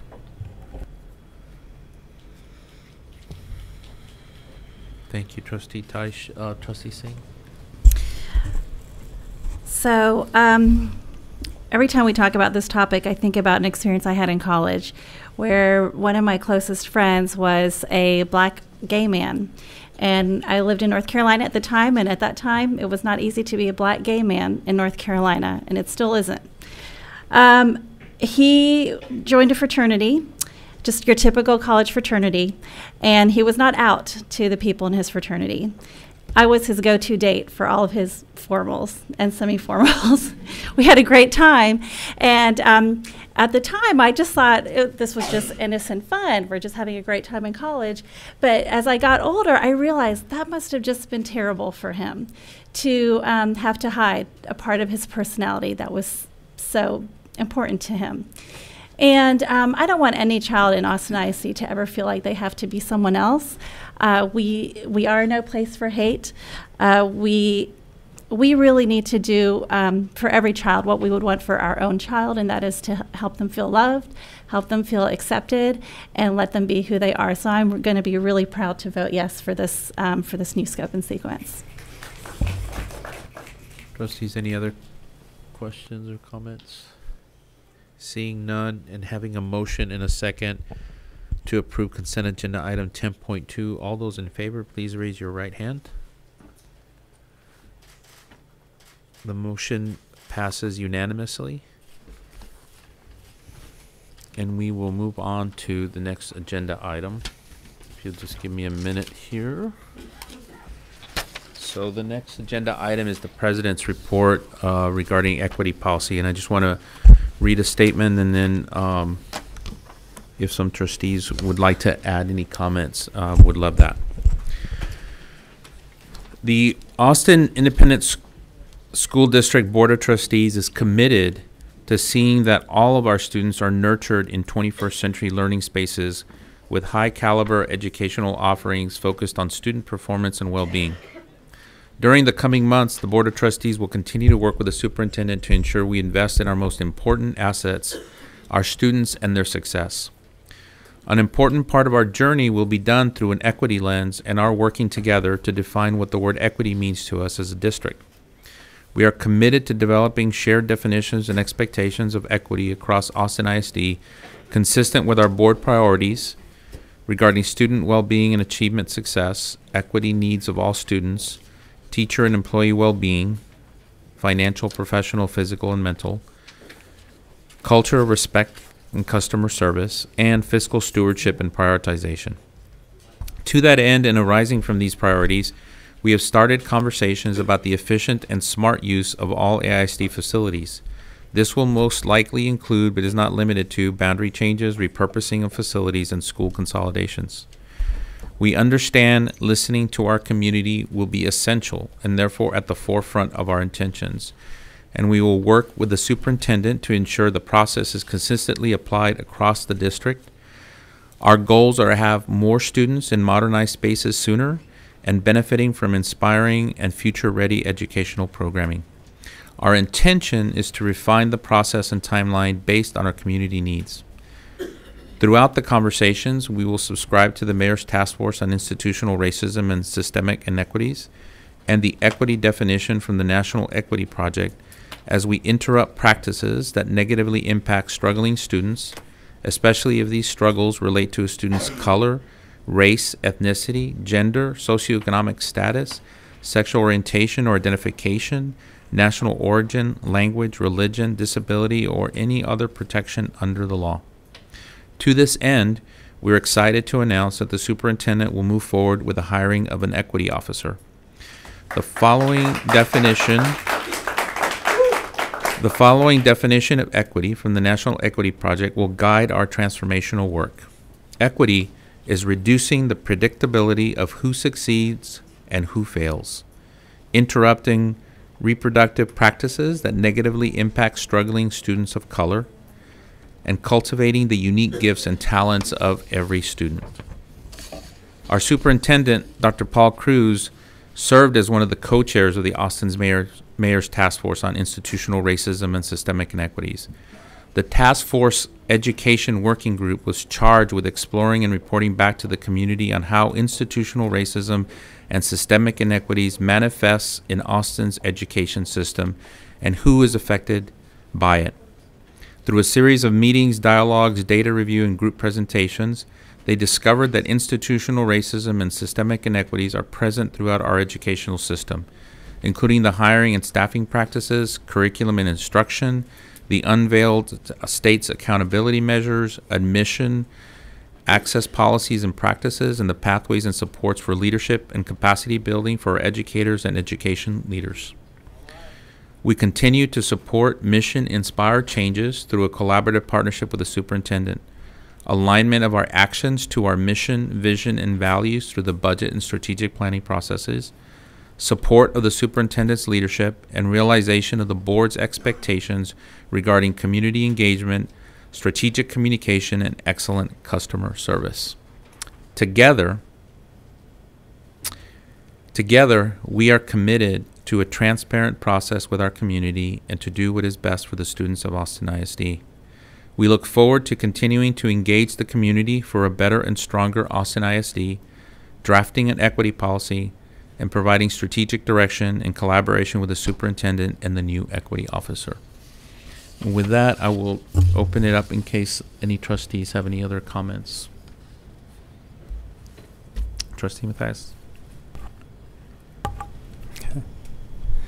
We often glibly use the hashtag AISDProud, but I think that at least in the time that I've been on this board, this is certainly a moment of which I'm certainly hashtag AISDProud to see us as a board taking a stand on equity issues, to hear the news that was shared with us last week of the superintendent's intention to hire a chief equity officer in this district, for us to be defining what equity means for us, especially in light of decisions that we'll look to make in months and years to come. Just really proud. I think that what I would want to say is something that I said during our retreat last Monday, and that is that I would like to see that we not wait to look through it through an equity lens at the decisions that need to come. The hiring of an equity officer is tremendous, and I applaud the superintendent and his administration for the action that they intend to take in that respect, but we can't wait. So for us to be considering all of our actions during these weeks and months to come through an equity lens in the meantime. I just know that there are many people here with us this evening, but also at home watching, and those who are unable to watch at home who are concerned about the equity lens or the lack thereof through which we view our decisions. So would be happy to encourage that. Y'all make me #AISD proud. Let's do this. Thank you, Trustee Mathias. Any other Trustee Taish? I second Trustee Mathias's sentiments. Excuse me, sentiments. I'm excited to see this. I would also like to thank the members of the community who've come before this board regularly for the last 2 or 3 years asking for an equity officer and pushing the administration to do that. I think that's something that the many members of the board have wanted for a long time too. So I look forward to continued conversation. Also want to reiterate Mr. Harshman's plan that he brought forward, his framework that he brought forward. I think that would be an excellent route to pursue to achieve equity in our schools and reduce the segregation that has occurred because of city plans, and also, I might add, because of choices people make when they move into this district. They choose to move west, not east.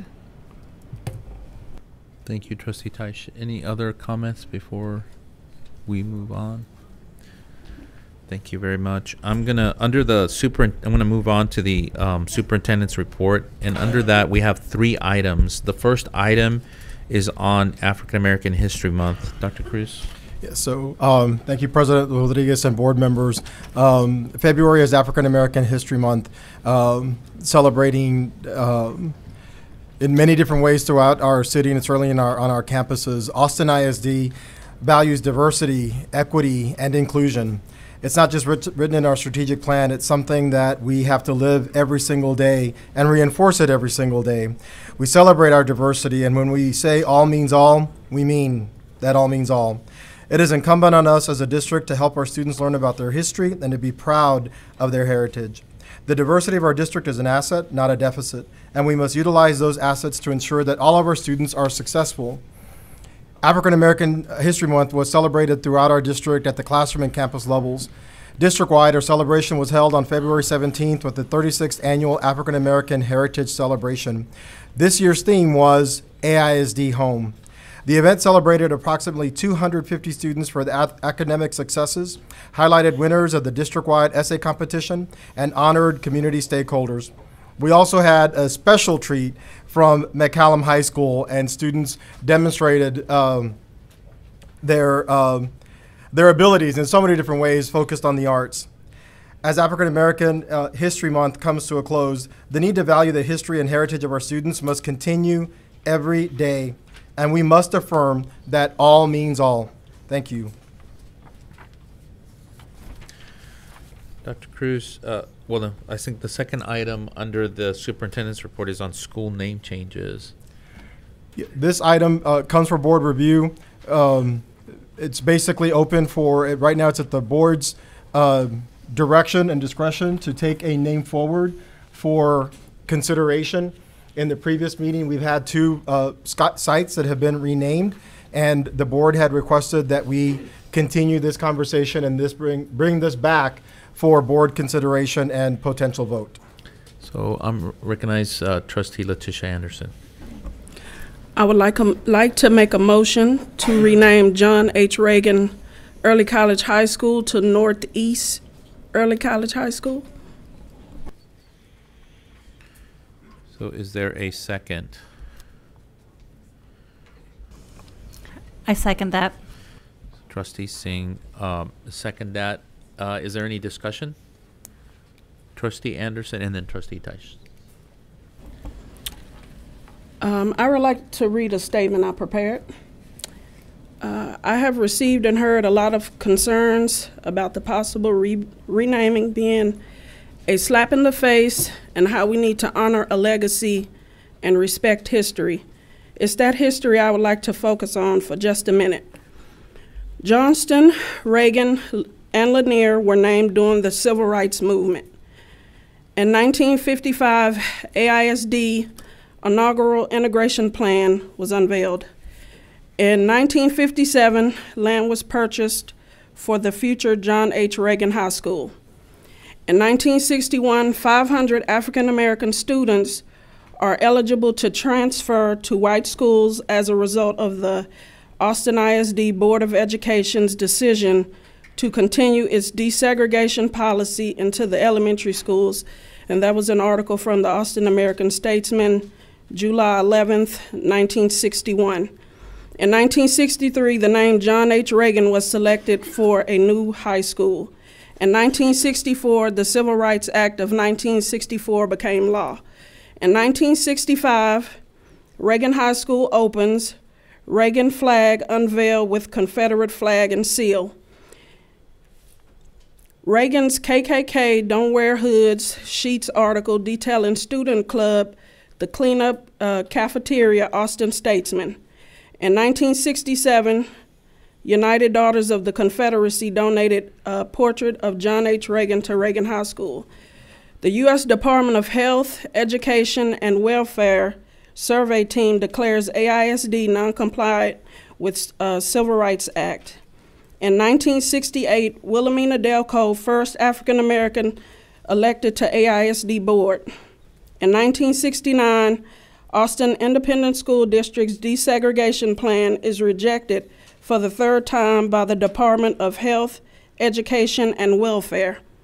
In 1970, the federal government brings suit against AISD for failure to comply with segregation guidelines, and also Austin Anti-Busing League was formed.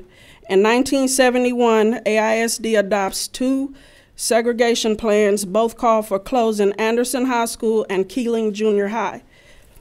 In 1972, radicalized strife at Reagan during slow integration of student body, 12 students injured. Reagan student parents seek calm. This was an article from Austin American Statesman, January 29th, 1972. Police patrols began to monitor interactions between black and white students. Representatives of Austin Anti-Busing League speak at Reagan. White parents demand restore our Americanism. To the Reagan community, just know that however the vote turns out, that you will no longer have to worry about a renaming lingering over your head.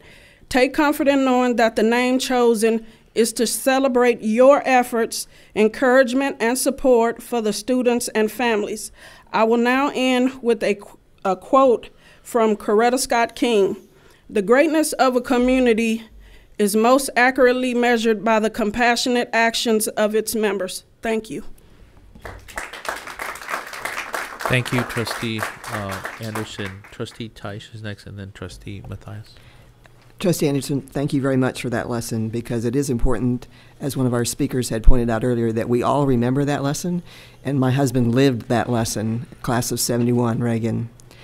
I think it's important also to remember that we have a school, Reagan High School, that's over 50 years old now.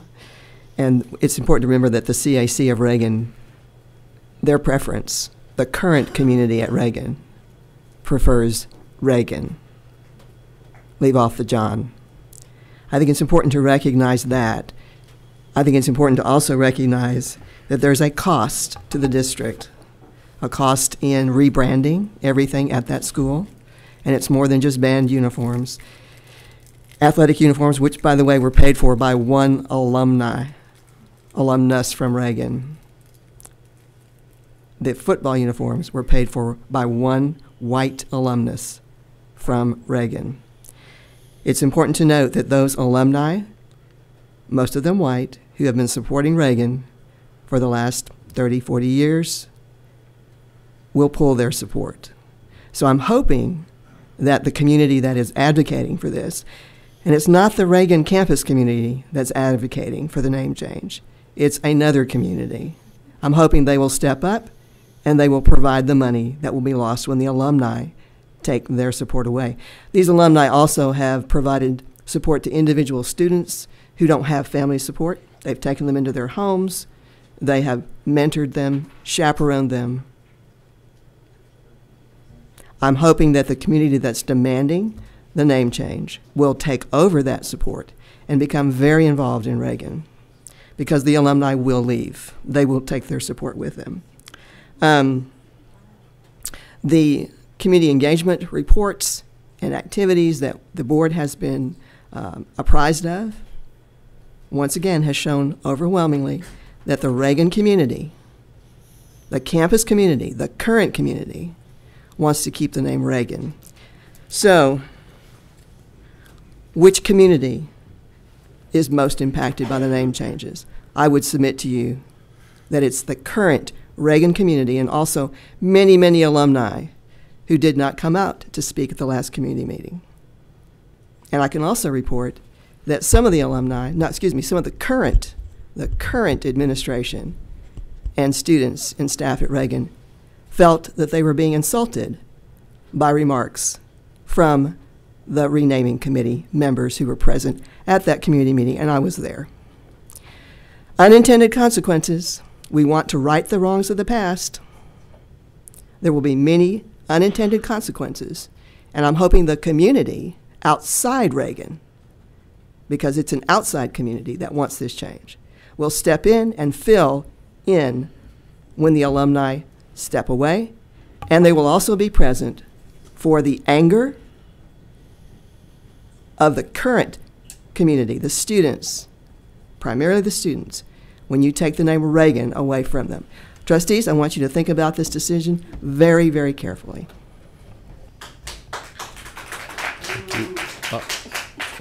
Trustee Matthias, and then Trustee Wagner, and then Trustee Singh.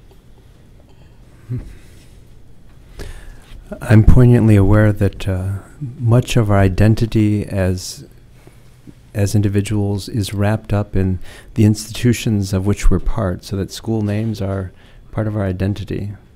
I'm a Blue Jacket, and so I for those who are Reagan Raiders, I feel for you and for the identity that's been wrapped up in that name of John H. Reagan and the Reagan Raiders. I think what I'm understanding Trustee Letitia Anderson to say is that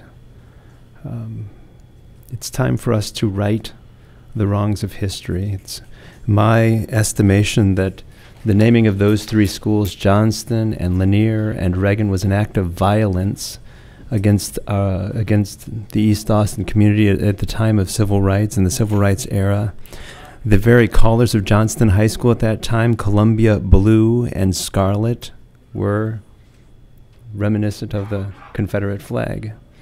So for us to be engaged in the great task of education, I think what's beautiful about this is I appreciate Trustee Teich bringing up the feelings of those who are involved in this, because I have a feeling that in the same way that in the sex curriculum, the sex ed curriculum, where we talk about going from concerned to informed, it's the same act of education that goes on here, that once we learn about some of the despicable, really despicable things that John H. Reagan said, then I have a feeling that it's easier for us to wash our hands of that and leave it in the past and say this does not represent Austin values.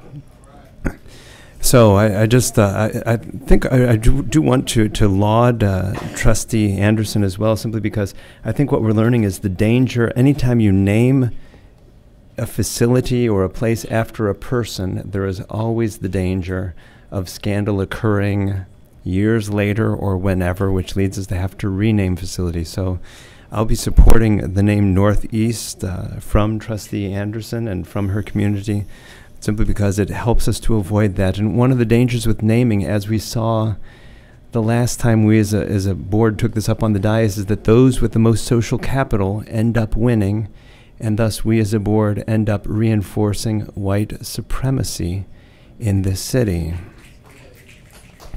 So now that we've renamed all of the schools east of IH-35 that need to be renamed, I think it's appropriate for us to turn our attention west of the highway to Lanier and Bowie and Stephen F. Austin and Lamar. And I'd like to ask our board officers, because at the end of public comment, when I had asked the possibility of putting onto the agenda of at least the operations meeting the consideration of the renaming of those schools, I'm not sure that I heard a commitment from officers to do that. So I'm not sure if there's a commitment by officers to at least have that conversation of the possible renaming not only of Lanier, which I did hear, but also of Bowie and Stephen F. Austin, since they owned slaves, and of Lamar, since his vision included slavery. Yes, Trustee Mathias, we'll be adding that to the operations meeting for discussion. Thank you. Thank you. Trustee Wagner, then Trustee Singh, and then Trustee Tice. Right. Sorry. Well, much of which I wish to say this evening, Trustee Mathias said far more eloquently than I probably could have been able to do so. But I did want to remind this board of the conversations that we had leading up to our vote a year ago, and that was that we discussed, and I think at the time, the comments that I shared about this were that, for me, these decisions are about the spirit with which these schools were named. These schools were named in a time when we were trying to affect positive change in the interest of civil rights and desegregation in our school district. They were named as a show of force and a show of intimidation. And by putting a name over a building, stating who was welcome within those halls. I respect Trustee Tykes' background and her experience with the Lanier community as an alumna of Lanier High School, but I have to say that, contrary, I think, to what you've said, I have more confidence in our alumni communities that our pride in our schools is not based on just a name. Our pride in our school is based on our experiences that we had within those schools, with the peers that we met, the teachers who educated us, and the memories that we share with our fellow alumni, and the pride and hope that we have in our future students who will walk those hallways, that I don't want named after a figurehead for hatred, intimidation, and oppression. I do wonder at this point about the decision that we're making tonight, and also about the continued stalling of renaming Lanier. When we discussed as a board, and this is getting back to what I said earlier, reminding the board of our discussions a little over a year ago, we discussed that there are a number of names within our district that are questionable with regards to the namesakes of those schools. We could very easily start to chip away at dozens of names within the school district. And I think what we discussed at that time is that it is a very slippery slope to start to embark upon, which is why we made the decision at that time to limit our scope at the time to Confederate names only. Those Confederate names are the ones that were put forward that we have viewed for consideration, and last February we made the decision to change those names.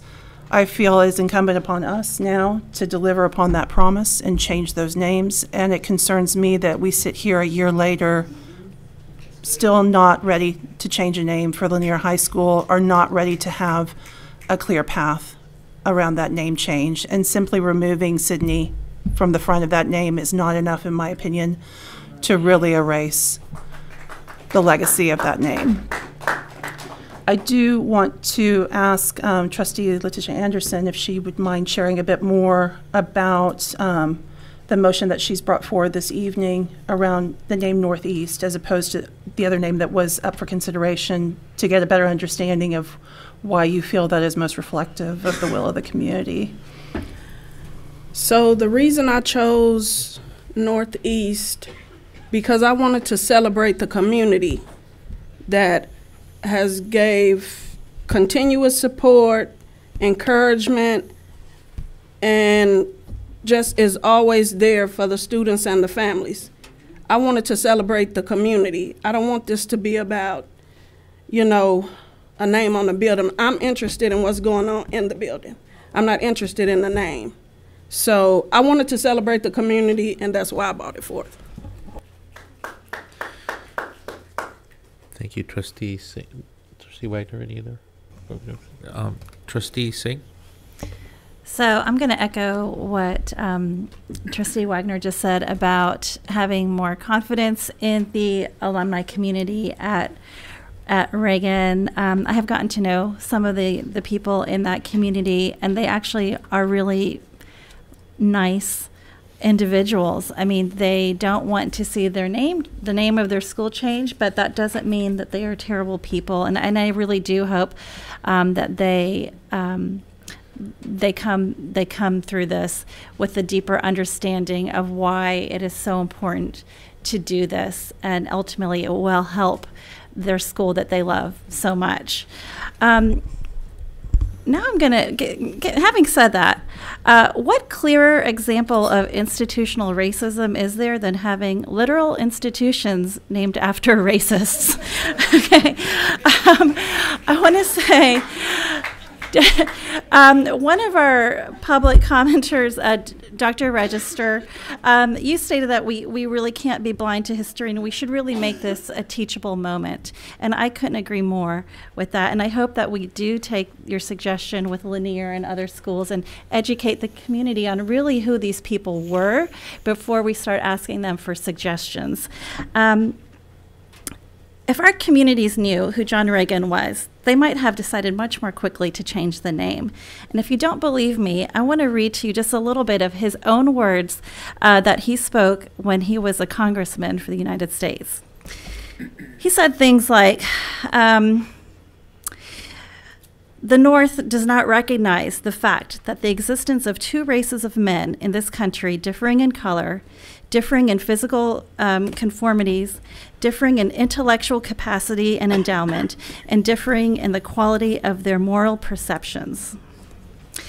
He also said things like, there are differences between two races with capacities so different that what to one is liberty would be to the other unbridled anarchy and licentiousness. He also said this gem, and he's referring to the Northerners when he says they, the abolitionists. He says, they do not recognize and consider that there are 4 million of those Negroes, that they are incapable of self-government, and that to invest in them necessarily would lead to the extermination of the greater part of them for the safety of society and the preservation of real, intelligent, and regulated liberty. The last one I'm going to read. There are many of them, but the last one is, you'll hear it. He said, the slave's role is to, quote, add to the prosperity and happiness of the white race. So, thank you so much for having the courage to bring this forward. Thank you, Trustee Singh. Trustee Teich?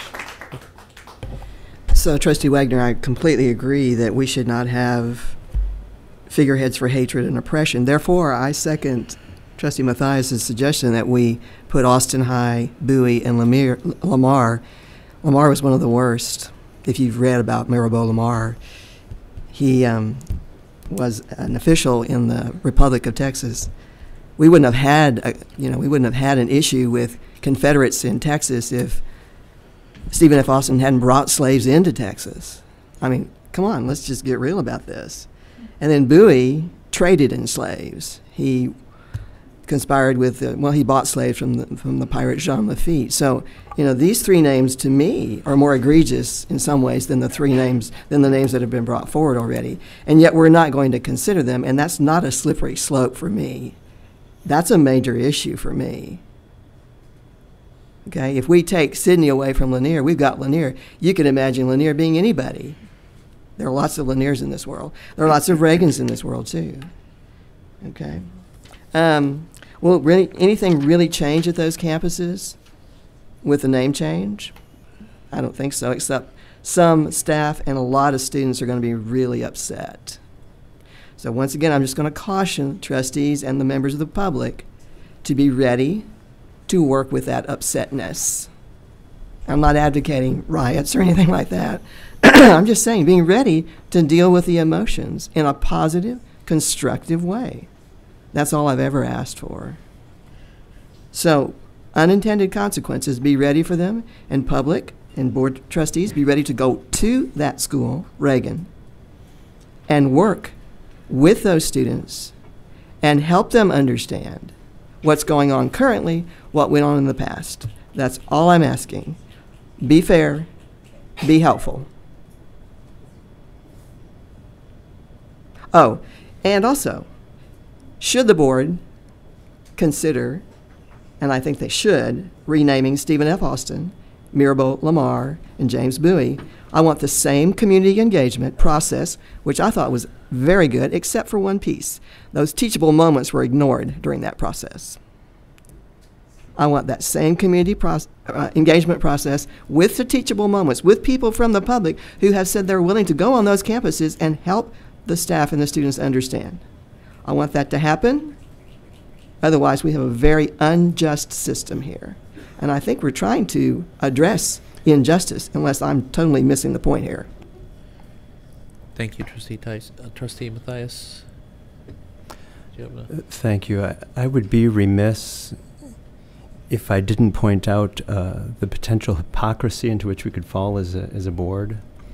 And that is that while I certainly support board conversations on the renaming of Austin High School, named for Stephen F. Austin, a slave owner, it would be hypocritical of us as a board to rename Austin High School if we were not to rename this district. Yesterday, I was speaking with a group of 6 community leaders in East Austin. I said, what are you going to do, rename the city of Austin? I said, that doesn't fall to us, but it could be our prerogative to rename the Austin ISD. I'll rest. Trustee Matthias, is that a request to put that on operations? I would be delighted if the board officers were to discuss that. That would be worthy of conversation. Sure. Trustees, any other comments, discussion? So Trustee Letitia Anderson has made a motion to change the name of John H. Reagan High School to Northeast Early College High School, and Trustee Singh has seconded it. All those in favor, please raise your right hand. All those against? No abstentions, and the motion passes 8-4. I'm sorry, 8 in favor, 1 not in favor, and no abstentions. So thank you for that. Sure. The motion was to change the name of John H. Reagan High School to Northeast Early College High School.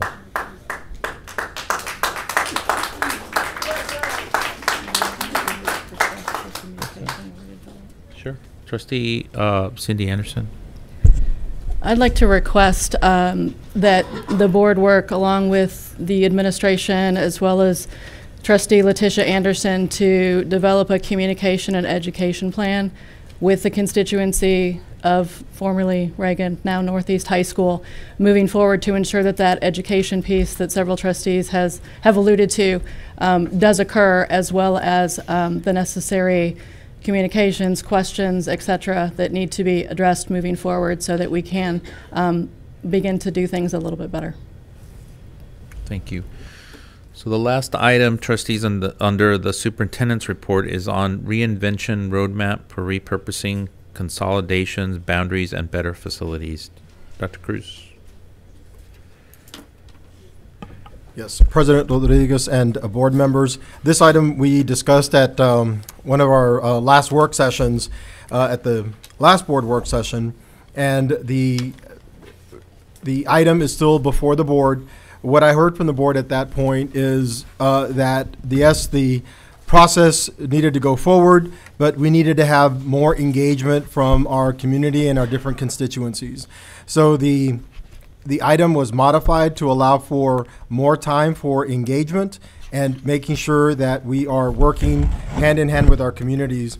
The purpose of considering these, the purpose for behind having this discussion and this item is around the use of facilities, including boundary changes, consolidations, and program offerings.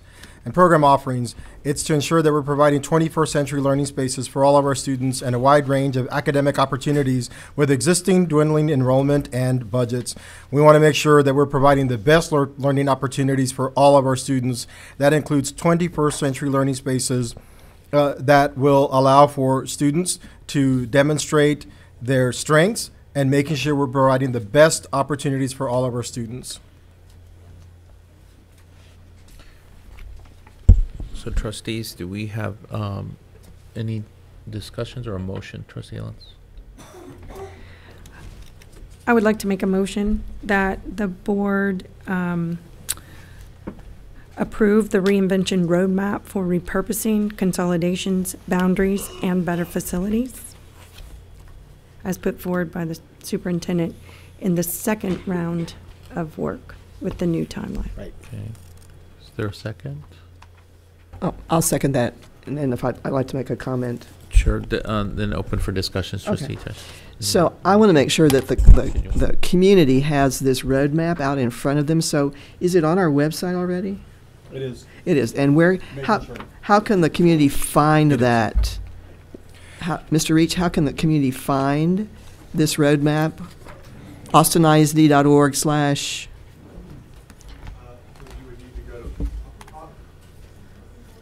Okay. I want to make sure the community can find it because they always want to see these things, and they should, because they're going to be intimately involved in these conversations. So it is on our website. You would go to Board of Trustees and then to meetings. Okay. That would take you into Board Docs, which host all of our meeting materials for open meetings. And under there on item 17.3, which is the last item on the agenda, it's at the bottom, you will see this agenda item. And then at the bottom of that agenda item is the attachment. It's the only attachment on there. Okay, and I want to let the public know that you can't just click on Board of Trustees because that's not a link. You have to go to About Us or something like that. No, when you go on to AustinISD.org and you pull up the main page. Yeah, it's one of the drop downs from the menu under, is it About Us? Is About Us, and then you find the board.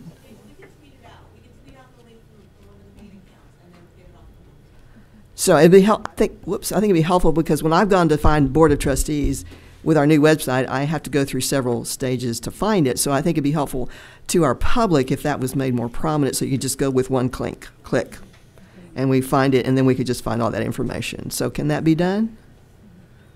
It can. Thank you. Trustee Wagner. Yeah, and I was just going to say, in the spirit of Trustee Teich's comments, since we have all of our information around the facility master plan and bond projects on AISDfuture.org, could we, assuming this is approved, add the plan to that site as well for ease of access for the public? Yes, Trustee Wang, we will do that. Thank you. Thank you. Trustees, any other comments? Trustee Matthias, and then Trustee Ashe, and then Trustee Singh. I just want to say that I appreciate the district's choice of language and referring to this process as one focused on the efficiency of campus facilities. I'm the king of euphemisms myself, but I think it's only fair to the viewing public and to the community to note, as was suggested in the equity statement by our president, that this could include consolidations, or interestingly, the word that we didn't hear was closures. It's the estimation of this trustee that schools must close.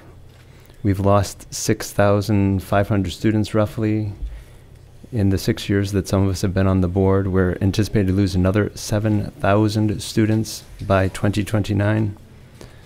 So for us to be thinking about how it is that we're continuing to spread less and less students over the same number of facilities, or indeed over an increasing number of facilities now that we're bringing new schools online through the result of our bond program, it's I think it's in the interest of transparency for our community. It's important for us to be upfront about possibilities, which include consolidations we heard in the president's statement, or in the words of this trustee, the possibility of closure, which is why I think it's just important for us, in the same way that this board has stayed the course with respect to name changes of schools named for Confederates, for us to stay the course. I think the outline that we have, the timeline that we have here, suggests that we as board will be making decisions by October 2019. I would like to commend the board in advance for having the courage to publicly say, we are going to make a decision in 2019 to right-size this district, to do what boards before us have failed to do, and to not kick the can down the road, but to take the action that we need to take for the sake of our students and for the sake of the best possible education that we can provide them. So, thank you. Trustee Ashe. Trustee Ashe, Trustee Singh, and then Trustee Tyson. I would like to thank Dr. Cruz and his staff for really taking in all of the information that we handed you at the work session, and for understanding, and at the retreat as well, and for understanding that our pause went in the understanding that this was a multi-year map that we're looking at, that we're going to create criteria, we're going to create a situation to be able to apply this process across the district in an equitable way. And to that end, I just want to once again reiterate my desire to really concentrate on our communication around this process and making sure that we are clearly putting out there when and how we are going to have engagement opportunities for our families, with plenty of time in advance of those community engagement opportunities for families to plan, so that they can make sure that their thoughts and they are able to share those with us as we move forward through this process, so that they feel connected. Because I think that really is the desire of all of our families, is in a district that's this size, that is the challenge that we face. How do we make sure that all 80,000 students and their families feel connected and a part? And so I hope that we can continue to move forward with that, and that we will, as a board, get to see even more detailed descriptions of how we as board trustees can also participate in the community engagement and communication process of this. I do want to mention to Trustee Ashley's comments that the board has requested to be engaged in this process as well, in presentations and discussions, and so I appreciate that. I should have mentioned that, but that will be part of our communication plan, and to making sure that we're all in this together. We know that there are choppy waters. We know it's challenging. It has different perceptions and different perspectives, but the focus is still on student outcomes. The focus is still on providing the best learning spaces for all of our students. And I said all, not some, not the ones where we think. It really is all. Now, it's going to be involved. It's not going to all be nice and I'll just sort of fit. It's not. This is all very important to all of us. We all know as parents, these are our children. But it's something we have to do. It is something that we have to do, and we have this opportunity now about providing these 21st century learning spaces, and that's essential. I also want to just inform the public, and with our board, as we discussed in previous sessions, that the work doesn't end with the vote. It actually begins saying, yes, this is the strategic direction we need to take. There's going to be a lot of actions along the way. Some you may like, some you may not. I totally get it. But we're not going to shy away from putting that in front of you. Putting that in front of our community. By you, I mean our community, our constituency. We have to make sure that we're providing these opportunities for feedback. It's not baked. It is not. It's not cooked. This is that opportunity to say, this is what we have. From what we've heard, different groups have given us different input.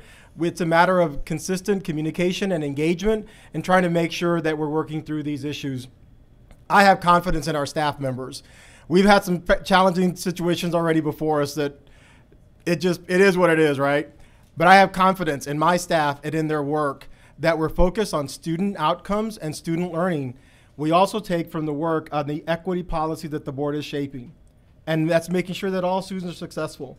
This is just one artifact that we can use to demonstrate that level of equity. So just again, it's not all going to be easy. Totally get it. Want to hear more. But it's something that decision-making has to come to at a strategic point with the strategic intent of 21st century learning spaces for all. Thank you, Dr. Cruz. Dr. Singh. I'm sorry, Trustee Singh. I'll take the doctor. I kind of like that. God knows there's enough Dr. Singhs walking around. So I also want to just publicly thank Dr. Cruz and the staff for really working on this and putting a timeline together that I feel that we as trustees feel pretty good about. I wanted to ask your thoughts on how the new equity officer might fit into this timeline and the role of that person in helping implement whatever we come up with. Thank you for that. And I'm really excited about then our discussions around equity, but then putting in place a and hiring that equity officer, and then even some additional staffing to come with it, because I'm going to come back on that too, right? One person can't do that, 80,000 plus. But I see the way this one could work when we look at our guiding principles on equity, about that great learning space, around academic achievement, around neighborhood schools, and having actual specific criteria under each one. That all goes back to equity. The equity piece is around the definition, the National Equity Project, making sure that all students are successful, that we're recognizing their genius, that we reduce the predictability of who's successful and who is not, and the other piece is that we eliminate achievement gaps.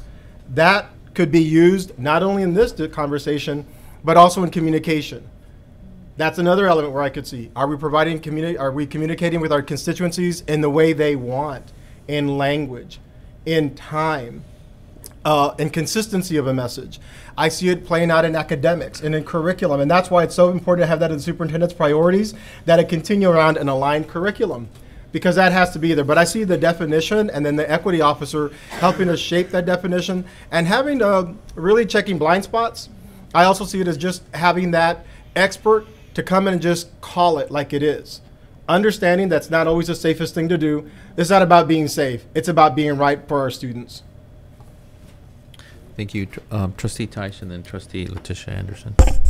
So I'm going to say one more time that I think it would be helpful, Dr. Cruz, if you reached out to Mr. Harshman, who is one of our FabPack gurus, by the way, and that you start that conversation with him around the framework that he presented to us tonight.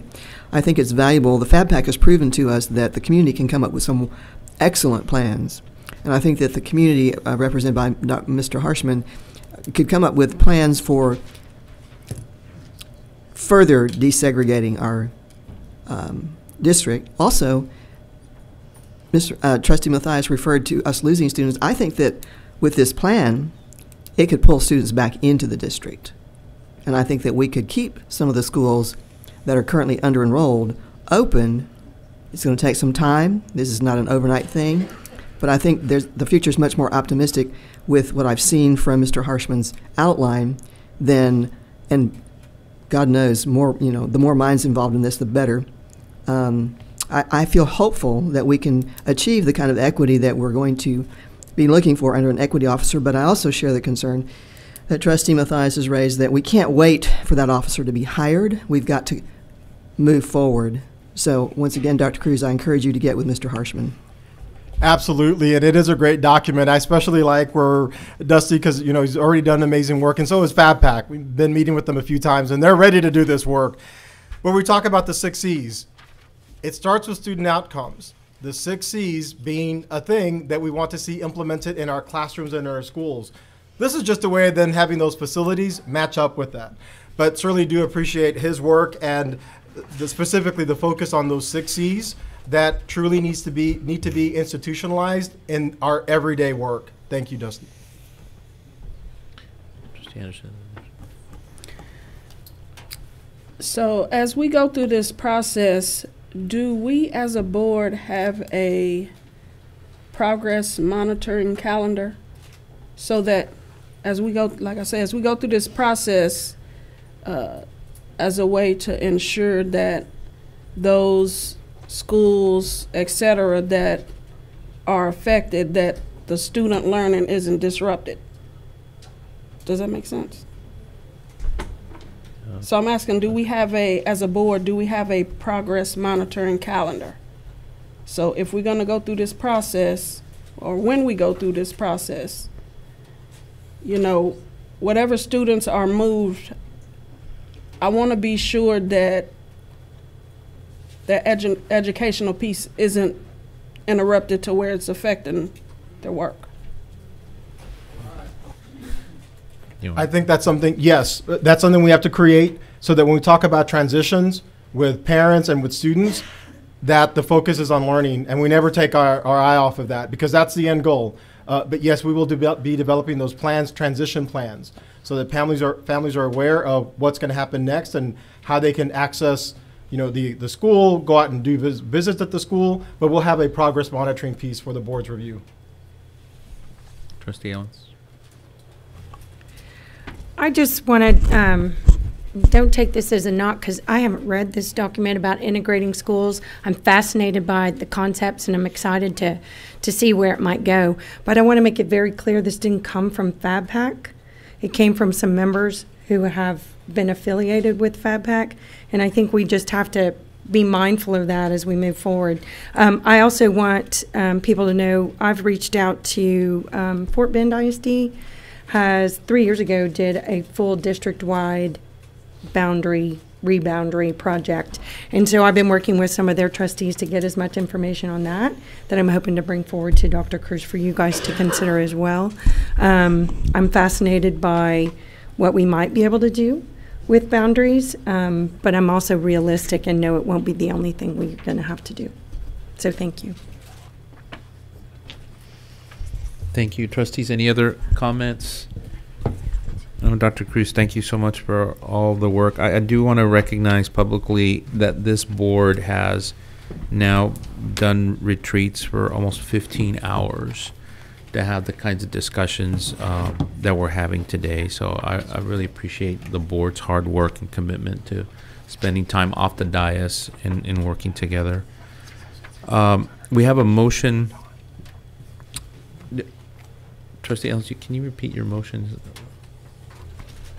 So the motion is to approve the superintendent's recommended roadmap for repurposing, consolidations, boundaries, and better facilities as presented with a new timeline. Second. So we have a motion and a second to approve the roadmap. All those in favor, please raise your right hand. The motion passes unanimously. So the next item is actually a motion to adjourn the meeting. So moved. Wait. So moved. So do I have a motion to adjourn the meeting?